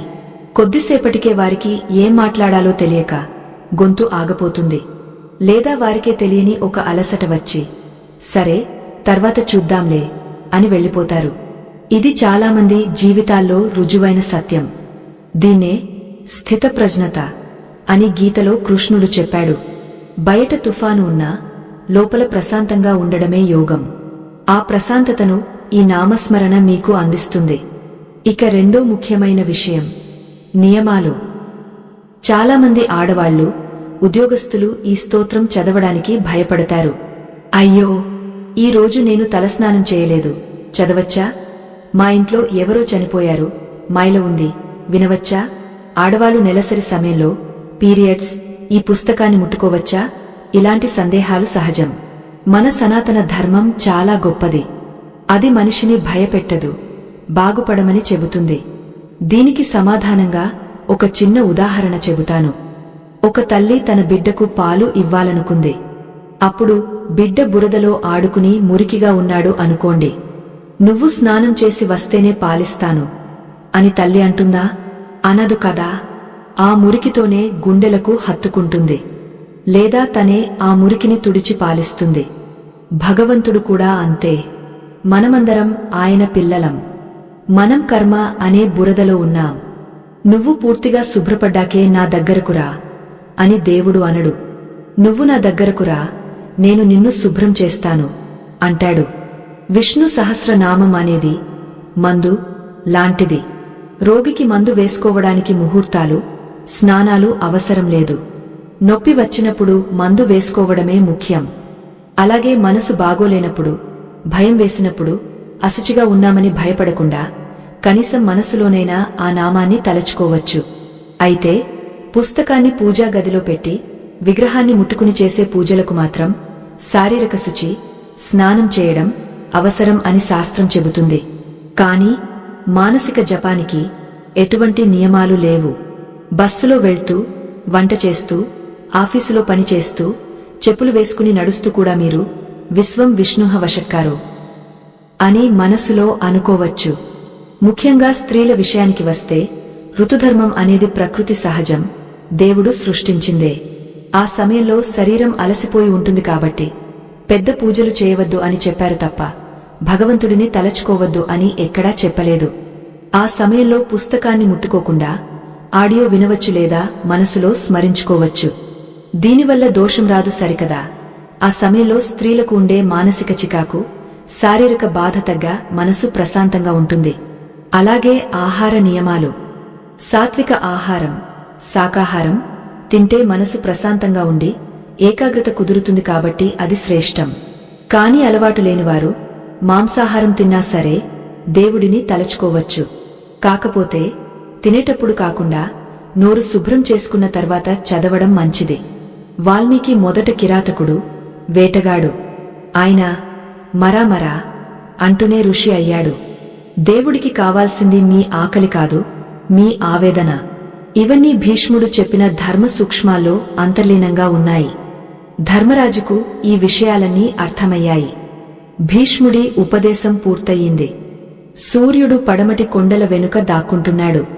ఆకాశం ఎర్రగా మారింది. కురుక్షేత్ర రణరంగంలో అంపశయ్య మీద ఉన్న భీష్ముడి చుట్టూ ఒక దివ్యమైన కాంతి వలయం ఏర్పడింది. ఆయన శరీరం బాణాలతో నిండి ఉన్నా ఆయన ఆత్మ మాత్రం ఆ నారాయణుడిలో లీనమై ఆనందంగా ఉంది. కృష్ణుడు లేచి నిలబడ్డాడు. గాంగేయ, నీ జ్ఞాన బోధతో లోకం తరించింది. ఈ విష్ణు సహస్రనామం యుగయుగాల పాటు నిలిచి ఉంటుంది. దీనిని ఎవరు పఠించినా నీ ఆశీస్సులు వారికి తప్పక లభిస్తాయి. ఇప్పుడు నువ్వు విశ్రాంతి తీసుకో. ఉత్తరాయణ పుణ్యకాలం వచ్చే వరకు నీ ప్రాణాలను నీ ఆధీనంలో ఉంచుకో. అప్పుడు నేను మళ్లీ వస్తాను. నీ అంత్యక్రియలు నా చేతుల మీదుగా జరిపిస్తాను. నీకు సద్గతులు కల్పిస్తాను అని చెప్పాడు. భీష్ముడు కళ్ల నిండా నీళ్లతో కృష్ణుడికి వీడ్కోలు పలికాడు.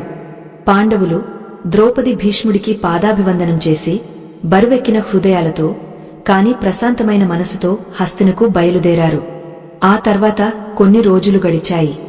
ధర్మరాజు పట్టాభిషేకం జరిగింది. హస్తిన పీఠం మీద ధర్మరాజు కూర్చున్నాడు. రాజ్యం సుభిక్షంగా ఉంది. కాని ధర్మరాజు మనసు మాత్రం కురుక్షేత్రంలో అంపశయ్య మీద ఉన్న తాతగారి దగ్గరే ఉంది. ఎప్పుడు సూర్యుడు దక్షిణాయనం నుండి ఉత్తరాయణంలోకి ప్రవేశిస్తాడా అని ఆయన ఎదురుచూస్తున్నాడు. ఎందుకంటే మరణానికి కూడా ఒక పవిత్రమైన సమయం ఉంటుంది.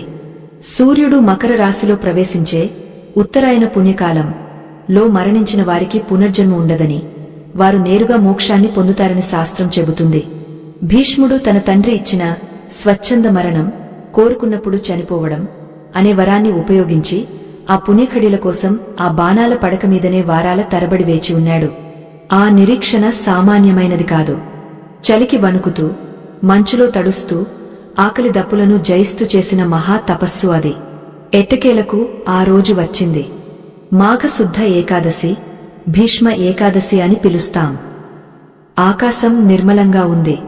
సూర్యుడు ప్రకాశవంతంగా వెలిగపోతున్నాడు. ప్రకృతి అంతా ఏదో పండుగలా కళకళలాడుతోంది. ధర్మరాజుకు మనసులో అనిపించింది, ఇదే ఆ సమయం అని. వెంటనే కృష్ణుడి దగ్గరకు వెళ్లి, కృష్ణ, పద, తాతగారిని చేరదీసే సమయం ఆసన్నమైంది అన్నాడు. కృష్ణుడు, పాండవులు, ద్రౌపది, కుంతి, ధృతరాష్ట్రుడు, గాంధారి అందరూ కలిసి కురుక్షేత్రానికి వెళ్లారు. అక్కడ భీష్ముడు కళ్ళు మూసుకుని ధ్యానంలో ఉన్నాడు. ఆయన శ్వాస చాలా నెమ్మదిగా ఆడుతోంది. ఆయన చుట్టూ ఋషులు వేద మంత్రాలు పఠిస్తున్నారు. దేవతలు ఆకాశం నుండి చూస్తున్నారు. కృష్ణుడు దగ్గరకు వెళ్లి, పితామహ అని పిలిచాడు. భీష్ముడు కళ్ళు తెరిచాడు. ఎదురుగా తన దైవం. ఇక ఆయనకు కోరాల్సింది ఏముంది? కృష్ణ, వచ్చావా? నా చూపు నీమీదే నిలిపి నా ప్రాణాన్ని వదలాలని ఇన్ని రోజులు ఆగాను. ఇప్పుడు ఆ సమయం వచ్చింది. నా శరీరం నుండి ఈ బాణాలను తొలగించవద్దు. ఇవే నా వీరత్వానికి గుర్తులు. ఇవే నా పాప ప్రక్షాళనకు సాక్ష్యాలు. కాని నా మనసులో ఉన్న అజ్ఞానం అనే బాణాన్ని మాత్రం నువ్వు తొలగించావు. నన్ను నీలో ఐక్యం చేసుకో తండ్రి అని వేడుకున్నాడు. అప్పుడు జరిగిన అద్భుత దృశ్యాన్ని వర్ణించడానికి భాష చాలదు. భీష్ముడు తన యోగ శక్తితో ప్రాణవాయువును కింద నుండి పైకి లేపడం మొదలుపెట్టాడు. పాదాల నుండి ప్రాణం నెమ్మదిగా పైకి వస్తోంది. ఆయన శరీరం కాంతివంతంగా మారుతోంది. అందరూ చేతులు జోడించి కన్నీళ్లతో ఆ మహానుభావుడికి వీడ్కోలు పలుకుతున్నారు. ఆ సమయంలో భీష్ముడు కృష్ణుడినే తదేకంగా చూస్తున్నాడు. ఇతిమతి రూపకల్పిత వితృష్ణ అంటూ కృష్ణుడిని స్తుతించడం మొదలుపెట్టాడు. నా బుద్ధిని, నా మనసును, నా సర్వస్వాన్ని ఆ శ్రీకృష్ణుడికే అర్పించాను.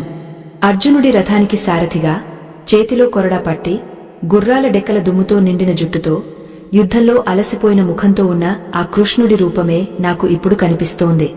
ఆ రూపంలోనే నా ప్రాణం పోవాలి అని ప్రార్థించాడు. చూసారా, ఎంత గొప్ప భక్తుడో! అందరూ దేవుడిని పట్టు పీతాంబరాలతో, ఆభరణాలతో చూడాలనుకుంటారు. కాని భీష్ముడు మాత్రం యుద్ధభూమిలో తన కోసం కష్టపడ్డ పార్థసారథి రూపాన్నే కోరుకున్నాడు. అది నిజమైన ప్రేమ అంటే. సరిగ్గా అదే సమయానికి ఆకాశంలో నుండి దివ్య దుందుభులు మోగాయి. పూలవాన కురిసింది. భీష్ముడి బ్రహ్మరంధ్రం తలపై భాగం ఛేదించుకుని ఒక దివ్య జ్యోతి బయటకు వచ్చింది. అది నేరుగా వెళ్లి శ్రీకృష్ణుడి పాదాలలో లీనమైపోయింది. భీష్ముడు ముక్తి పొందాడు. ఒక శకం ముగిసింది.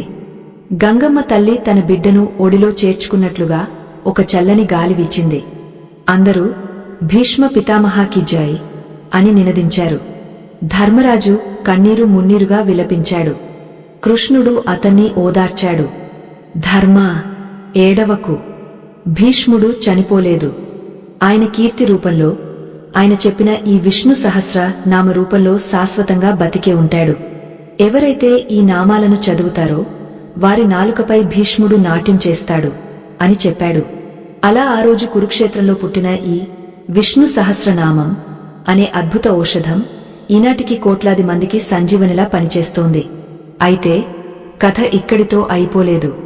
అసలు ఈ కలియుగంలో ఈ స్తోత్రాన్ని నమ్ముకుని అద్భుతాలు సాధించిన వారి కథలు వింటే మీ నమ్మకం పదింతలు పెరుగుతుంది. సైన్స్ కూడా నిరూపించలేని కొన్ని విచిత్ర సంఘటనలు, డాక్టర్లు చేతులెత్తేసినా దేవుడు కాపాడిన సందర్భాలు ఎన్నో ఉన్నాయి. ముఖ్యంగా ఒక ప్రసిద్ధ క్యాన్సర్ డాక్టర్ స్వయంగా ఆశ్చర్యపోయిన ఒక సంఘటన ఉంది. ఒక పేషెంట్కు ఆఖరి దశలో క్యాన్సర్, బతకడం కష్టం అన్నారు. కాని ఆ పేషెంట్ విష్ణు సహస్రనామాన్ని పట్టుకుని ఎలా మృత్యువును జయించాడు? అలాగే అప్పుల పాలై ఆత్మహత్య చేసుకోవాలనుకున్న ఒక వ్యాపారి ఈ పుస్తకం చేతికి దొరికాక ఎలా కోటీశ్వరుడయ్యాడు? ఈ నిజ జీవిత గాథలు, ఈ స్తోత్రాన్ని మన జీవితంలో ఎలా అన్వయించుకోవాలి అనే విషయాలు, మరియు మన చుట్టూ రక్షణ కవచం ఎలా వేసుకోవాలో ఒక చిన్న మెడిటేషన్ టెక్నిక్, ధ్యాన పద్ధతి వచ్చే భాగంలో తెలుసుకుందాం. ఇది వింటే మీ కళ్లలో నీళ్లు తిరుగుతాయి. అంత గొప్ప అనుభవాలు అవి. ఈ నిజ జీవిత గాథలు మనకు ఎందుకు అవసరం? ఎందుకంటే మన బుద్ధి ఎప్పుడూ రుజువులను కోరుకుంటుంది. పురాణాల్లో అంటే ఏదో రాశారు, ఇప్పుడు జరుగుతుందా అనే సందేహం సామాన్య మానవుడికి రావడం సహజం. అటువంటి సందేహాలను పటాపంచలు చేసే ఒక అద్భుతమైన సంఘటనను ఇప్పుడు చెప్పుకుందాం. ఇది చెన్నైలోని ఒక ప్రముఖ క్యాన్సర్ ఆసుపత్రిలో జరిగిన యథార్థ సంఘటన. ఒక 50 ఏళ్ల మహిళ, పేరు లక్ష్మి, పేరు మార్చబడింది. ఆమెకు గొంతు క్యాన్సర్ వచ్చింది.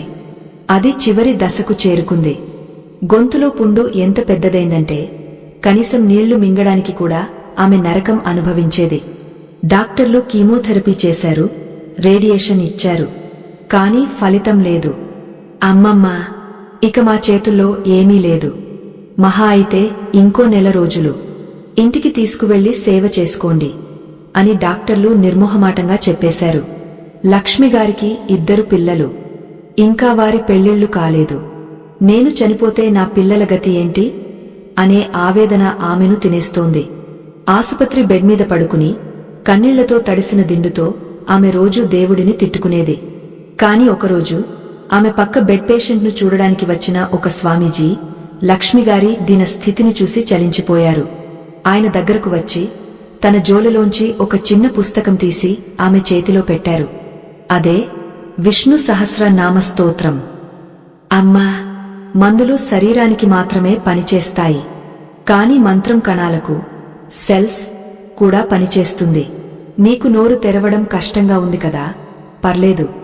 ఈ పుస్తకాన్ని నీ గుండెలకు హత్తుకుని నీ మనసులో ఆ దేవుడిని తలుచుకుంటూ ఈ క్యాసెట్ విను అని చెప్పి ఒక చిన్న టేప్ రికార్డర్లో ఎంఎస్ సుబ్బలక్ష్మి గారు పాడిన విష్ణు సహస్రనామాన్ని ఆన్ చేసి వెళ్లిపోయారు.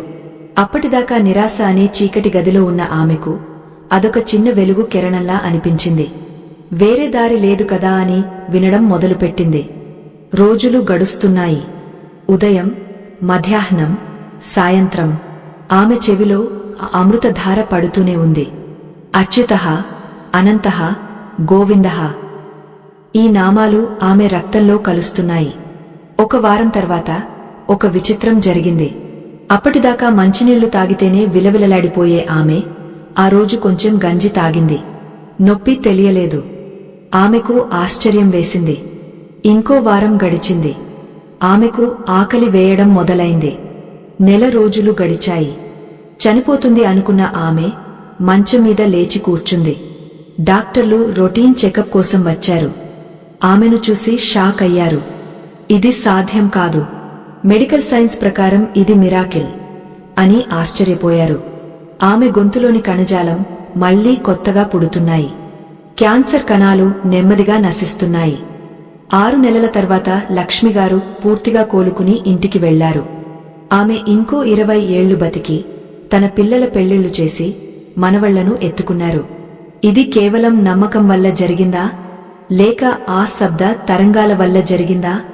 రెండూ నిజమే.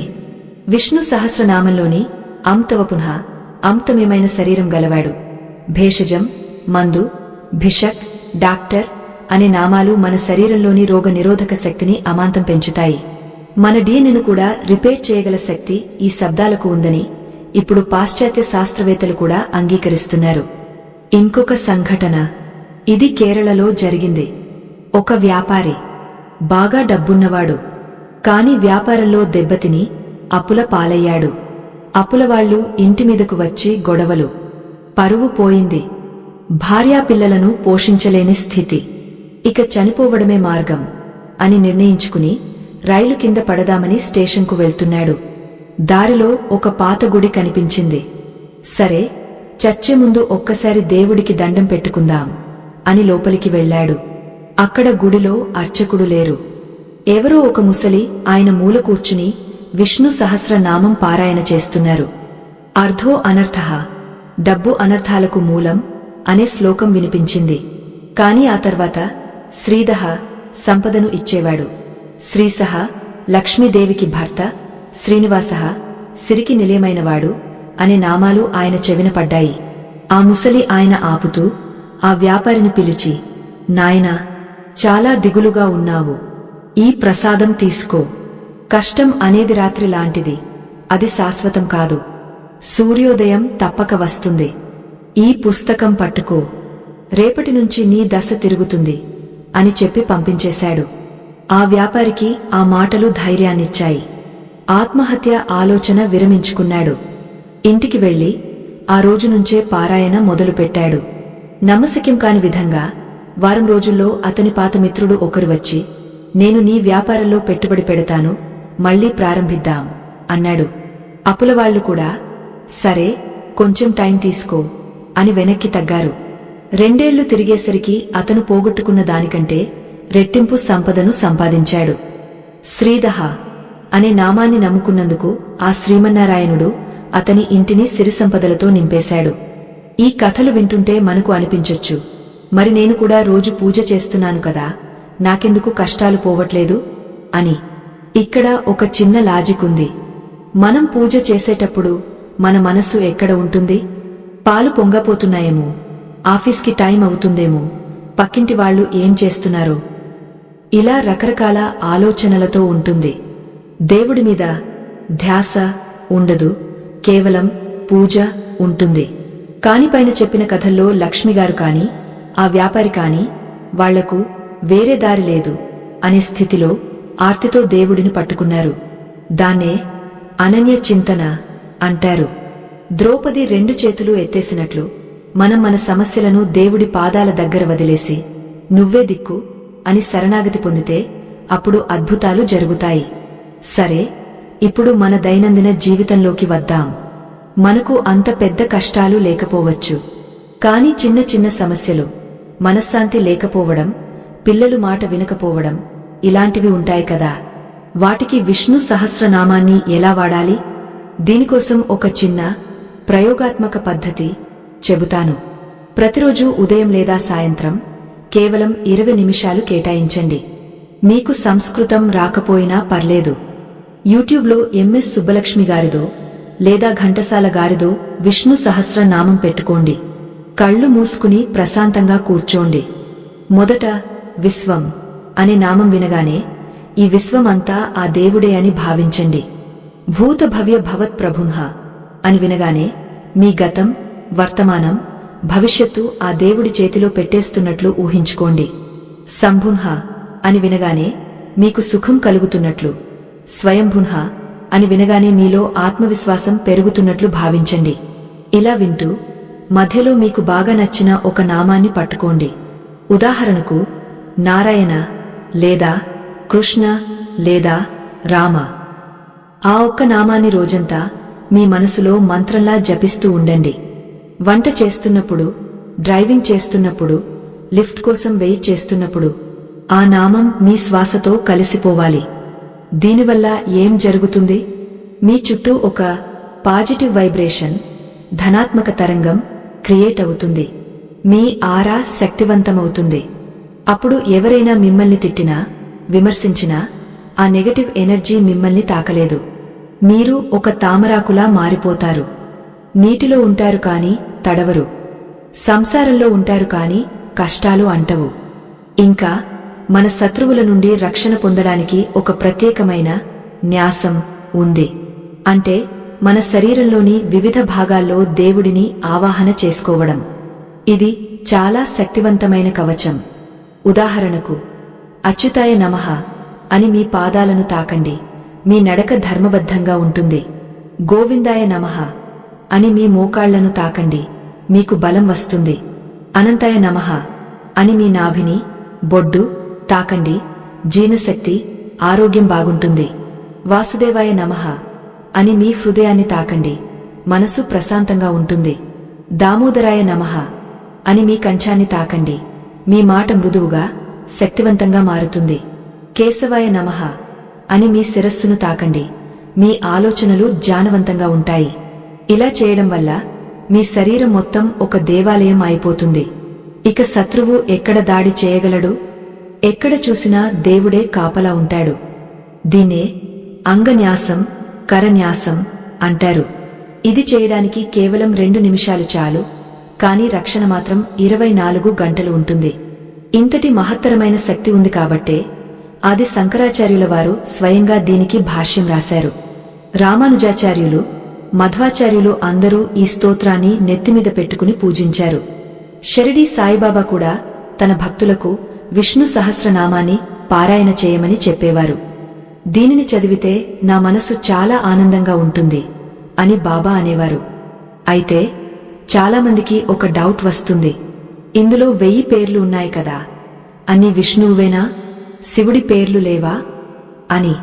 ఇది చాలా ఆసక్తికరమైన ప్రశ్న. నిజానికి విష్ణు సహస్రనామంలో శివః, శంభుః, ఈశానః, రుద్రః వంటి శివుడి పేర్లు కూడా ఉన్నాయి. అలాగే బ్రహ్మ పేరు కూడా ఉంది. అంటే భీష్ముడు మనకు ఏం చెబుతున్నాడు? హరివేరు, హరుడు వేరు కాదు. అందరూ ఒక్కటే. దేవుడు ఒక్కడే, నామాలు అనేకాలు. అందుకే స్మార్తులు, శివభక్తులు, వైష్ణవులు అందరూ ఈ స్తోత్రాన్ని సమానంగా ఆరాధిస్తారు. ఇది మతాలకు అతీతమైన మానవ ధర్మ స్తోత్రం.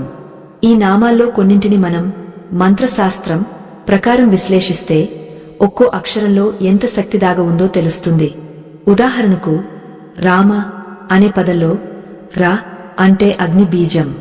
అది మన పాపాలను కాల్చేస్తుంది. మా అంటే అమృత బీజం. అది మనకు శాంతిని, చల్లదనాన్ని ఇస్తుంది. అందుకే రామనామం జపిస్తే పాపాలు పోయి మనశ్శాంతి వస్తుంది. ఇలాంటి ఎన్నో రహస్యాలు, విజ్ఞాన శాస్త్రానికి కూడా అందని విషయాలు మన ఋషులు ఈ స్తోత్రంలో నిక్షిప్తం చేశారు. అయితే అసలు ఈ విష్ణు సహస్ర నామం పుట్టకముందే దేవతలు రాక్షసుల బారి నుండి రక్షణ పొందడానికి ఏం చేసేవారు? వారు కూడా ఇదే సూత్రాన్ని వాడేవారా? క్షీరసాగర మథనం సమయంలో హాలాహలం విషం పుట్టినప్పుడు దేవతలు కూడా భయంతో పారిపోయారు కదా. అప్పుడు వారిని ఎవరు కాపాడారు?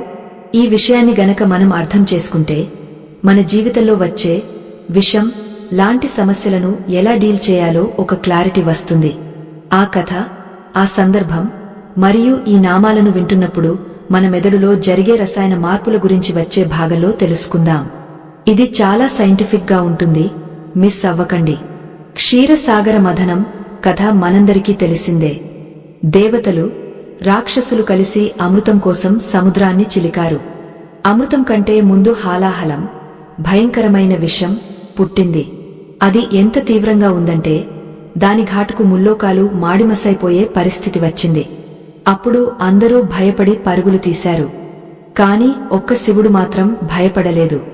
ఆ విషాన్ని తన గొంతులో దాచుకుని నీలకంఠుడు అయ్యాడు. ఇక్కడ మన జీవితానికి సంబంధించిన ఒక పెద్ద పాణ్యం ఉంది. మనం కూడా జీవితంలో ఆనందం, సుఖం అనే అమృతం కోసం పెళ్లి, ఉద్యోగం, వ్యాపారం అనే సముద్ర మథనం చేస్తాం. కాని సుఖం రాకముందే కష్టాలు, గొడవలు, అనారోగ్యాలు అనే విషం పుడుతుంది. మన చుట్టూ ఉన్న బంధువులు, స్నేహితులు విషం లాంటి మాటలతో మనల్ని విమర్శిస్తారు. మరి ఆ విషాన్ని మనం ఏం చేయాలి? మింగితే మనం చస్తాం, కక్కితే బంధం చేస్తుంది. మరి పరిష్కారమేంటి? సరిగ్గా ఇక్కడే విష్ణు సహస్రనామం మనకు ఒక నీలకంఠుడిలా ఉపయోగపడుతుంది. ఎలా అంటే, ఆధునిక విజ్ఞాన శాస్త్రం, సైన్స్ ప్రకారం మన మెదడులో కొన్ని వేల నాడులు ఉంటాయి. మనమెప్పుడైతే ఓం అనిగాని, విష్ణు అనిగాని, కృష్ణ అనిగాని గట్టిగా ఉచ్చరిస్తామో మన నాలుక మన అంగలిని పై దవడ లోపలి భాగం తాకుతుంది. అక్కడ కొన్ని కీలకమైన నాడుల పాయింట్లు ఉంటాయి. నాలుక ఆ పాయింట్లను తాకినప్పుడు ఒక విద్యుత్ తరంగంలాంటి సంకేతం నేరుగా మన మెదడుకు వెళుతుంది. అప్పుడు మన మెదడులో ఆనందాన్ని కలిగించే రసాయనాలు, వీటిని మనం హ్యాపీ హార్మోన్స్ అంటాం, విడుదలవుతాయి. ఇవి మన రక్తంలో కలిసి మనలో ఉన్న ఆందోళనను, ఒత్తిడిని, భయాన్ని క్షణాల్లో తగ్గించేస్తాయి. అంటే బయట ఉన్న సమస్య, విషం అలాగే ఉన్నా దాన్ని తట్టుకునే శక్తి, దాన్ని చూసి భయపడని స్థైర్యం మనకు వస్తుంది. ఎప్పుడైతే భయం పోతుందో అప్పుడు మెదడు ప్రశాంతంగా ఆలోచించి ఆ సమస్యకు పరిష్కారం కనుగొంటుంది. శివుడు విషాన్ని కంకల్లో ఆపినట్లు మనం కూడా ఇతరుల విమర్శలను మన మనస్సులోకి తీసుకోకుండా అక్కడికక్కడే ఆపేయగలుగుతాం. దీన్నే మనం స్థితప్రజ్ఞత అంటాం. ఇంకొక అద్భుతమైన విషయమేమిటంటే శబ్దానికి ఉన్న శక్తి. జపాన్ దేశంలో ఒక శాస్త్రవేత్త నీటి మీద ప్రయోగాలు చేశారు. మంచి మాటలు, దైవనామాలు చెప్పినప్పుడు నీటి అణువులు అందమైన ఆకారాల్లోకి మారాయి. అదే తిట్లు, చెడ్డ మాటలు చెప్పినప్పుడు ఆ నీటి అణువులు వికారంగా మారిపోయాయి. మన శరీరం 70% నీటితో నిండి ఉంటుంది కదా.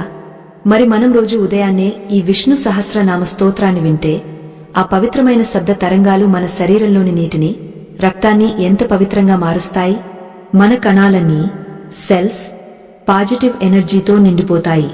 అప్పుడు మన ముఖంలో ఒక తెలియని తేజస్సు, కళ వస్తుంది.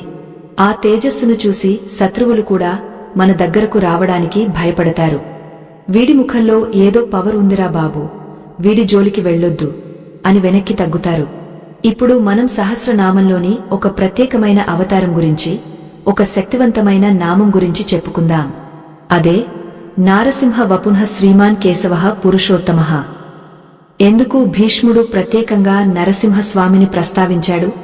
మిగతా అవతారాలన్నీ ఒక ఎత్తు, నరసింహ అవతారం ఒక ఎత్తు.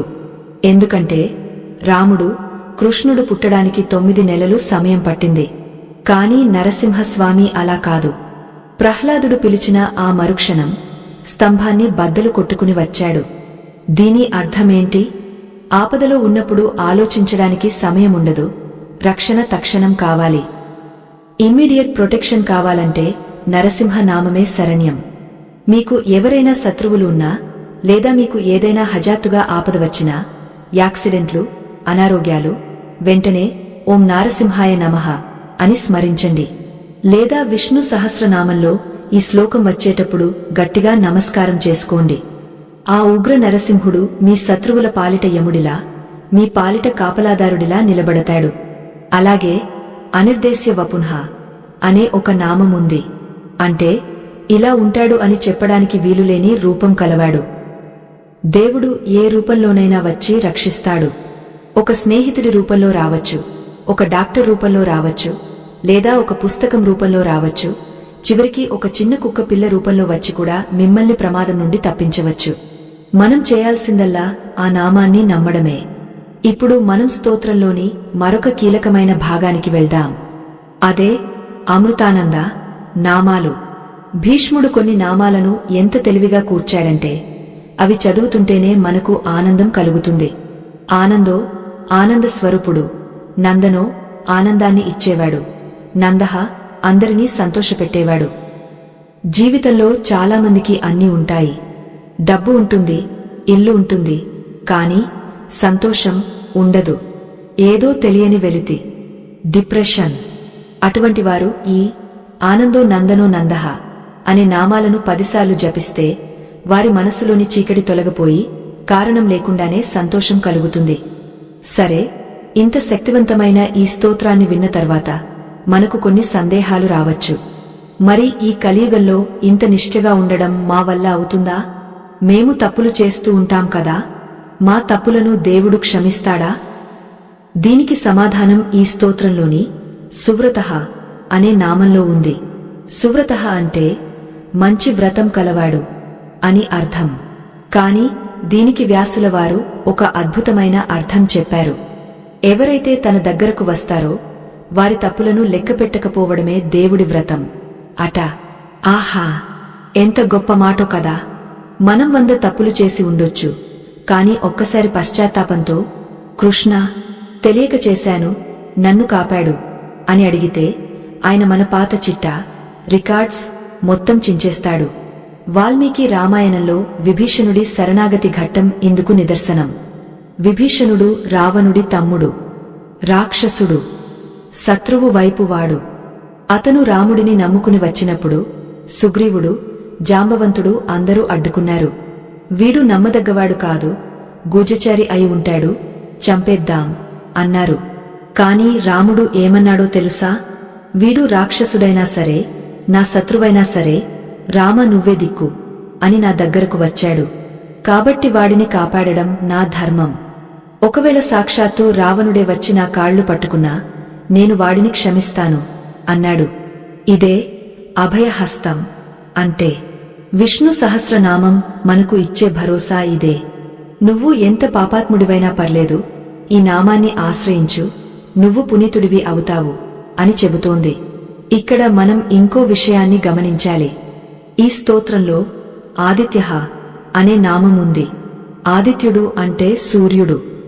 సూర్యుడు ఉదయిస్తే చీకటి దానంతటా అదే పారిపోతుంది. మనం చీకటిని కర్రలతో కొట్టి తరమలేం కదా, కేవలం దీపం వెలిగస్తే చాలు. అలాగే మన మనసులోని అజ్ఞానం, భయం, దిగులు అనే చీకటి పోవాలంటే మన ప్రయత్నం మనం చేస్తూనే విష్ణునామం అనే సూర్యుడిని మనసులో వెలిగించుకోవాలి. అప్పుడు శత్రువులు అనే చీకటి నీడలు మాయమైపోతాయి. నాకు తెలిసిన ఒక సంఘటన చెబుతాను. ఒక సామాన్య గృహిణి. ఇంట్లో విపరీతమైన గొడవలు, అత్తగారి వేధింపులు, భర్త తాగుడు, పిల్లలు మాట వినకపోవడం. ఆమెకు పిచ్చి ఎక్కే స్థితి వచ్చింది. జ్యోతిష్కుల దగ్గరకు వెళ్తే మీకు నాగదోషముంది, శని దోషముంది, లక్షలు ఖర్చు అవుతాయి అన్నారు. ఆమె దగ్గర చిల్లిగవ్వలేదు. అప్పుడు ఎవరో ఆమెకు ఈ విష్ణు సహస్ర నామం గురించి చెప్పారు. ఆమెకు చదవడం రాదు, కాని యూట్యూబ్లో ఆడియో పెట్టుకుని వంట చేస్తూ వినడం మొదలుపెట్టింది. మొదట్లో ఏ మార్పు రాలేదు, కాని ఆమె పట్టు వదలలేదు. నా కష్టాలు పోయినా పోకపోయినా ఈ పాట వింటుంటే నాకు మనశ్శాంతిగా ఉంది అనుకుని వింటూనే ఉంది. 3 నెలలు తిరిగేసరికి ఆమె భర్తలో మార్పు వచ్చింది. తాగుడు తగ్గించాడు, అత్తగారి నోరు తగ్గింది, పిల్లలు చదువు మీద శ్రద్ధ పెట్టారు. ఆమె ఆశ్చర్యపోయింది. లక్షలు ఖర్చు పెట్టినా జరగని పని కేవలం ఒక ఆడియో వింటే ఎలా జరిగింది? ఎందుకంటే ఆ స్తోత్రంలోని ఋతః సత్యస్వరూపుడు, సుదర్శనః శుభప్రదమైన చూపు కలవాడు, అనే నామాలు ఆ ఇంటిని శుద్ధి చేశాయి. ఆ ఇంట్లో ఉన్న నెగటివ్ వైబ్స్ ని తరిమికొట్టాయి. ఆమె భర్త మనసులో మంచి ఆలోచనలు కలిగేలా చేశాయి. ఇది నామ సమర్థత అంటే. అయితే ఈ స్తోత్రాన్ని పారాయణ చేసేటప్పుడు మనం చివరికి వచ్చేసరికి ఒక 4 శ్లోకాలు చాలా ముఖ్యం. అందులో ఒకటి మనం ఇంతకు ముందు చెప్పుకున్న రామ రామ రామేతి శ్లోకం. ఇంకొకటి ఉంది, అది ఆర్తా విషణా శిథిలాశ్చ భీత. దీని అర్థం ఏమిటంటే, కష్టాల్లో ఉన్నవారు, విచారంలో ఉన్నవారు, రోగంతో కృశించిపోయినవారు, భయంతో వణికిపోయేవారు ఎవరైనా సరే కేవలం నారాయణ అనే పేరు చెబితే చాలు, వారు దుఃఖం నుండి విముక్తులై సుఖాన్ని పొందుతారు. ఇది సాక్షాత్తు వ్యాస మహర్షి ఇచ్చిన గ్యారంటీ కార్డు. మనం బజారులో వస్తువు కొంటే 1 ఇయర్ గ్యారంటీ ఇస్తారు. కానీ వ్యాసుల వారు మన జీవితానికి లైఫ్ టైం గ్యారంటీ ఇచ్చారు. ఆ గ్యారంటీని మనం వాడుకుంటున్నామా లేదా అన్నదే ప్రశ్న. ఇప్పుడు మనం కథలో ముగింపు ఘట్టానికి దగ్గరవుతున్నాం. ఈ 1000 నామాలు, వాటి అర్థాలు, వాటి శక్తి అంతా ఒక ఎత్తు అయితే, చివర్లో శ్రీకృష్ణుడు చెప్పిన ఒకే ఒక మాట మొత్తం సారాంశం అంతా. అర్జునుడు కృష్ణుడిని ఒక ప్రశ్న అడుగుతాడు, బావా, ఈ 1000 నామాలు అందరూ చదవలేరు కదా, కనీసం ఒక్క శ్లోకంతో నిన్ను స్తుతించాలంటే ఏది చదవాలి అని. అప్పుడు కృష్ణుడు నవ్వి ఒక అద్భుతమైన శ్లోకం చెప్పాడు. ఆ ఒక్క శ్లోకం చదివితే మొత్తం విశ్వాన్ని పూజించిన ఫలితం వస్తుంది. అదే మంత్రరాజం. అదే మనకు రక్షా కవచం. ఆ శ్లోకం ఏమిటి? దాన్ని మనం ఎలా పఠించాలి? మరియు ఈ కథ ద్వారా మనం నేర్చుకున్న సారాంశమేమిటి? వీటన్నింటితో పాటు మీకు మీరే మీ ఇంటిని, మీ పిల్లలను రక్షించుకోవడానికి ఒక చిన్న నీటి ప్రయోగం చెబుతాను. ఇది చాలా సులభం, కానీ చాలా పవర్ఫుల్. అది తెలుసుకునే ముందు ఒక్కసారి మనసులో హరి ఓం అని స్మరించుకోండి. రండి, ఆ అంతిమ రహస్యాన్ని, ఆ కృష్ణ మంత్రాన్ని తెలుసుకుని మన శత్రువులకు అంతర మరియు బాహ్య శాశ్వతంగా స్వస్తి పలుకుదాం. ఆ రహస్య మంత్రాన్ని, ఆ పరమ పావనమైన శ్లోకాన్ని తెలుసుకోవడానికి మీరందరూ ఎంత ఆసక్తిగా ఎదురుచూస్తున్నారో నాకు తెలుసు. ఎందుకంటే మనందరికీ దేవుడి అనుగ్రహం కావాలి, కాని సమయం తక్కువ. కృష్ణ పరమాత్ముడు ఎంత దయామయుడంటే, మన బద్ధకాన్ని, మన అసమర్థతను కూడా అర్థం చేసుకుని దానికి తగ్గట్టుగానే ఒక సులభమైన మార్గాన్ని చూపించాడు. అర్జునుడు అడిగాడు కదా, కృష్ణ, ఈ 1000 నామాలు చదవడం సామాన్యులకు కష్టం కదా, దీని సారం అంతా ఒక్క శ్లోకంలో చెప్పు అని. అప్పుడు కృష్ణుడు చిరునవ్వుతో చెప్పిన ఆ మంత్రరాజం ఇదే. కృష్ణాయ వాసుదేవాయ హరయే పరమాత్మనే ప్రణత క్లేశ నాశాయ గోవిందాయ నమో నమః. దీని అర్థం చాలా లోతైనది. కృష్ణుడు అంటే మన పాపాలను ఆకర్షించి మనకు ఆనందాన్ని ఇచ్చేవాడు. వాసుదేవుడు అంటే అంతటా వ్యాపించి ఉన్నవాడు. హరి అంటే మన పాపాలను హరించేవాడు, దొంగలించేవాడు. పరమాత్మ అంటే అందరిలోనూ ఉండేవాడు. ముఖ్యంగా ప్రణత క్లేశనాశాయ, ఎవరైతే తన కాళ్లకు నమస్కరిస్తారో, ప్రణతి చేస్తారో, వారి కష్టాలను, క్లేశాలను నాశనం చేసేవాడు ఆ గోవిందుడు. చూసారా ఎంత అద్భుతంగా ఉందో? నన్ను పూజించిన వారికి అనలేదు, నాకు యజ్ఞాలు చేసిన వారికి అనలేదు, కేవలం నా కాళ్ల మీద పడిన వారికి అన్నాడు. అంటే శరణాగతి. మనం మన అహంకారాన్ని వదిలి నువ్వే దిక్కు అని దండం పెడితే చాలు, ఆ గోవిందుడు మన కష్టాలన్నింటినీ లాగేసుకుంటాడు. మీరు రోజు మొత్తంలో ఎప్పుడు ఖాళీ దొరికినా ఈ చిన్న శ్లోకాన్ని మనసులో అనుకోండి. 1000 నామాలు చదివిన ఫలితం, అంతకంటే మించిన ప్రశాంతత మీకు దక్కుతుంది. ఇప్పుడు నేను మీకు వాగ్దానం చేసిన ఆ జల ప్రయోగం, నీటితో చేసే చికిత్స గురించి చెబుతాను. ఇది మన పూర్వీకులు ఎప్పటినుంచో పాటిస్తున్నదే, కాని మనం మర్చిపోయాం. దీనికి కావలసింది ఒక రాగ గ్లాసు లేదా వెండి గ్లాసు, లేకపోతే స్టీలు గ్లాసు అయినా పర్లేదు, మరియు స్వచ్ఛమైన నీరు. ఎలా చేయాలి? ప్రతిరోజు ఉదయం స్నానం చేశాక ఒక గ్లాసు నిండా నీళ్లు తీసుకోండి. ఆ గ్లాసును మీ కుడి చేతిలో పట్టుకుని, లేదా మీ పూజా మందిరంలో దేవుడి ముందు పెట్టి, మీ కుడి అరచేతిని ఆ గ్లాసు మూతిమీద మూతలా పెట్టండి. ఇప్పుడు కళ్ళు మూసుకుని పూర్తి ఏకాగ్రతతో అచ్యుత, అనంత, గోవింద అనే ఈ 3 నామాలను 11 సార్లు జపించండి. లేదా మీకు విష్ణు సహస్ర నామం చదవడం వస్తే అందులోని తవ పునః అనే నామాన్ని గాని భేషజం భిషక్ అనే నామాలను గాని స్మరించండి. ఇలా చేయడం వల్ల ఏం జరుగుతుంది? మనం ఇందాక చెప్పుకున్నాం కదా, నీటికి జ్ఞాపక శక్తి, మెమరీ ఉంటుంది. మీరు ఎప్పుడైతే ఆ నీటిని చూస్తూ లేదా తాకుతూ మంత్రాన్ని జపిస్తారో ఆ శబ్ద తరంగాలు నీటి అణువుల్లోకి ప్రవేశిస్తాయి. ఆ సాధారణ నీరు ఇప్పుడు మంత్రజలం గా ఒక దివ్య ఔషధంగా మారుతుంది. ఈ నీటిని ఏం చేయాలి? ఆ నీటిలో సగభాగం మీరు తీర్థంలా తాగండి. మిగిలిన సగభాగాన్ని మీ ఇంటి నలుమూలలా, మీ గడప మీద, మీ పిల్లల మీద చిలకరించండి. ముఖ్యంగా ఎవరైతే అనారోగ్యంతో ఉన్నారో లేదా ఎవరైతే కోపంతో చికాకుతో ఉన్నారో వారికి తెలియకుండా వారిమీద ఈ నీటిని చల్లండి లేదా తాగించండి. ఫలితం ఎలా ఉంటుంది? నమ్మండి, ఇది అద్భుతంగా పనిచేస్తుంది. ఆ మంత్రజలం మీ శరీరంలోకి వెళ్లగానే మీలోని రోగ నిరోధక శక్తిని ప్రేరేపిస్తుంది. నెగటివ్ ఎనర్జీని, దుష్ట శక్తిని తరిమి కొడుతుంది. ఇంట్లో చల్లడం వల్ల ఇంట్లో ఉండే వాస్తు దోషాలు, నరఘోష, దిష్టి వంటివి పటాపంచలైపోతాయి. ఇంట్లోకి అడుగు పెట్టగానే ఒక ప్రశాంతమైన వాతావరణం కనిపిస్తుంది. ఇది ఖర్చులేని పని, కాని ఫలితమాత్రం వెలకట్టలేనిది. కథ ముగింపులోకి వద్దాం. ధర్మరాజుకు ఇప్పుడు అర్థమైంది. తన రక్షణకు కావాల్సింది చతురంగ బలాలు కాదు, గోవింద నామ బలమని. భీష్ముడి ఉపదేశంతో, కృష్ణుడి అనుగ్రహంతో పాండవులు రాజ్యాన్ని ధర్మబద్ధంగా పాలించారు. వారి పాలనలో ప్రజలు సుఖసంతోషాలతో ఉన్నారు.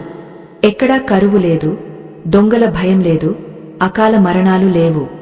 దీనికి కారణం, రాజు ధర్మాత్ముడైతే దైవం ఆ రాజ్యాన్ని కంటికి రెప్పలా కాపాడుతుంది. చివరికి పాండవులు స్వర్గారోహణ చేసే సమయం వచ్చింది. ద్రౌపది పడిపోయింది. భీముడు, అర్జునుడు, నకులుడు, సహదేవుడు అందరూ దారిలో పడిపోయారు. ఒక్క ధర్మరాజు మాత్రం శరీరంతోనే స్వర్గానికి వెళ్లాడు. ఎందుకు? ఆయన జీవితాంతం ధర్మాన్ని, సత్యాన్ని నమ్ముకున్నాడు కాబట్టి. ఆ ధర్మమే ఆయనను చివరిదాకా కాపాడింది. ఇక్కడ మనం గమనించాల్సిన విషయమేంటంటే, విష్ణు సహస్రనామం అంటే కేవలం పదాలు కాదు, అది ధర్మానికి ప్రతిరూపం.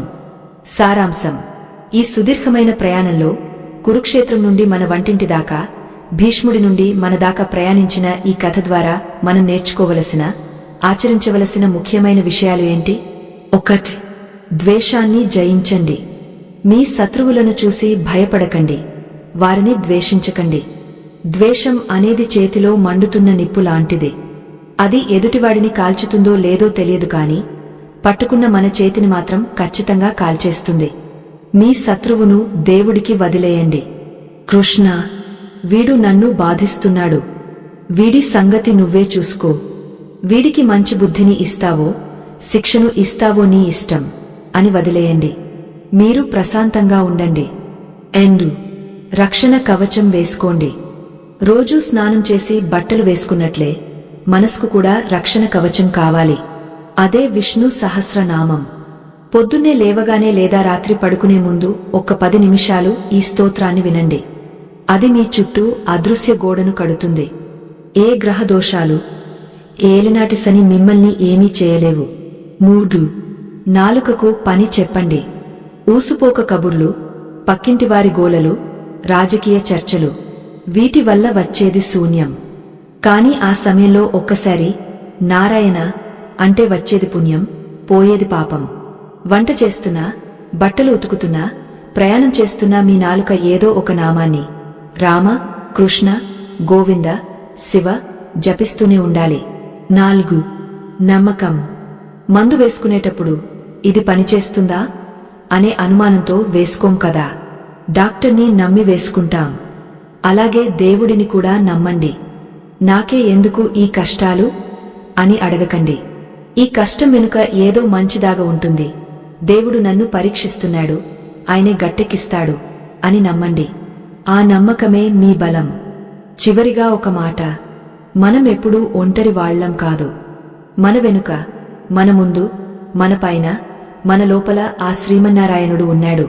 కురుక్షేత్ర యుద్ధంలో అర్జునుడి రథం మీద జెండాలో ఆంజనేయుడు ఉన్నాడు, సారథిగా కృష్ణుడు ఉన్నాడు.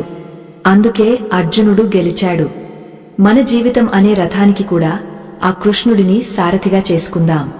విష్ణు సహస్రనామం అనే పగ్గాలను ఆయన చేతికి ఇద్దాం. అప్పుడు మన ప్రయాణం సాఫీగా సాగుతుంది.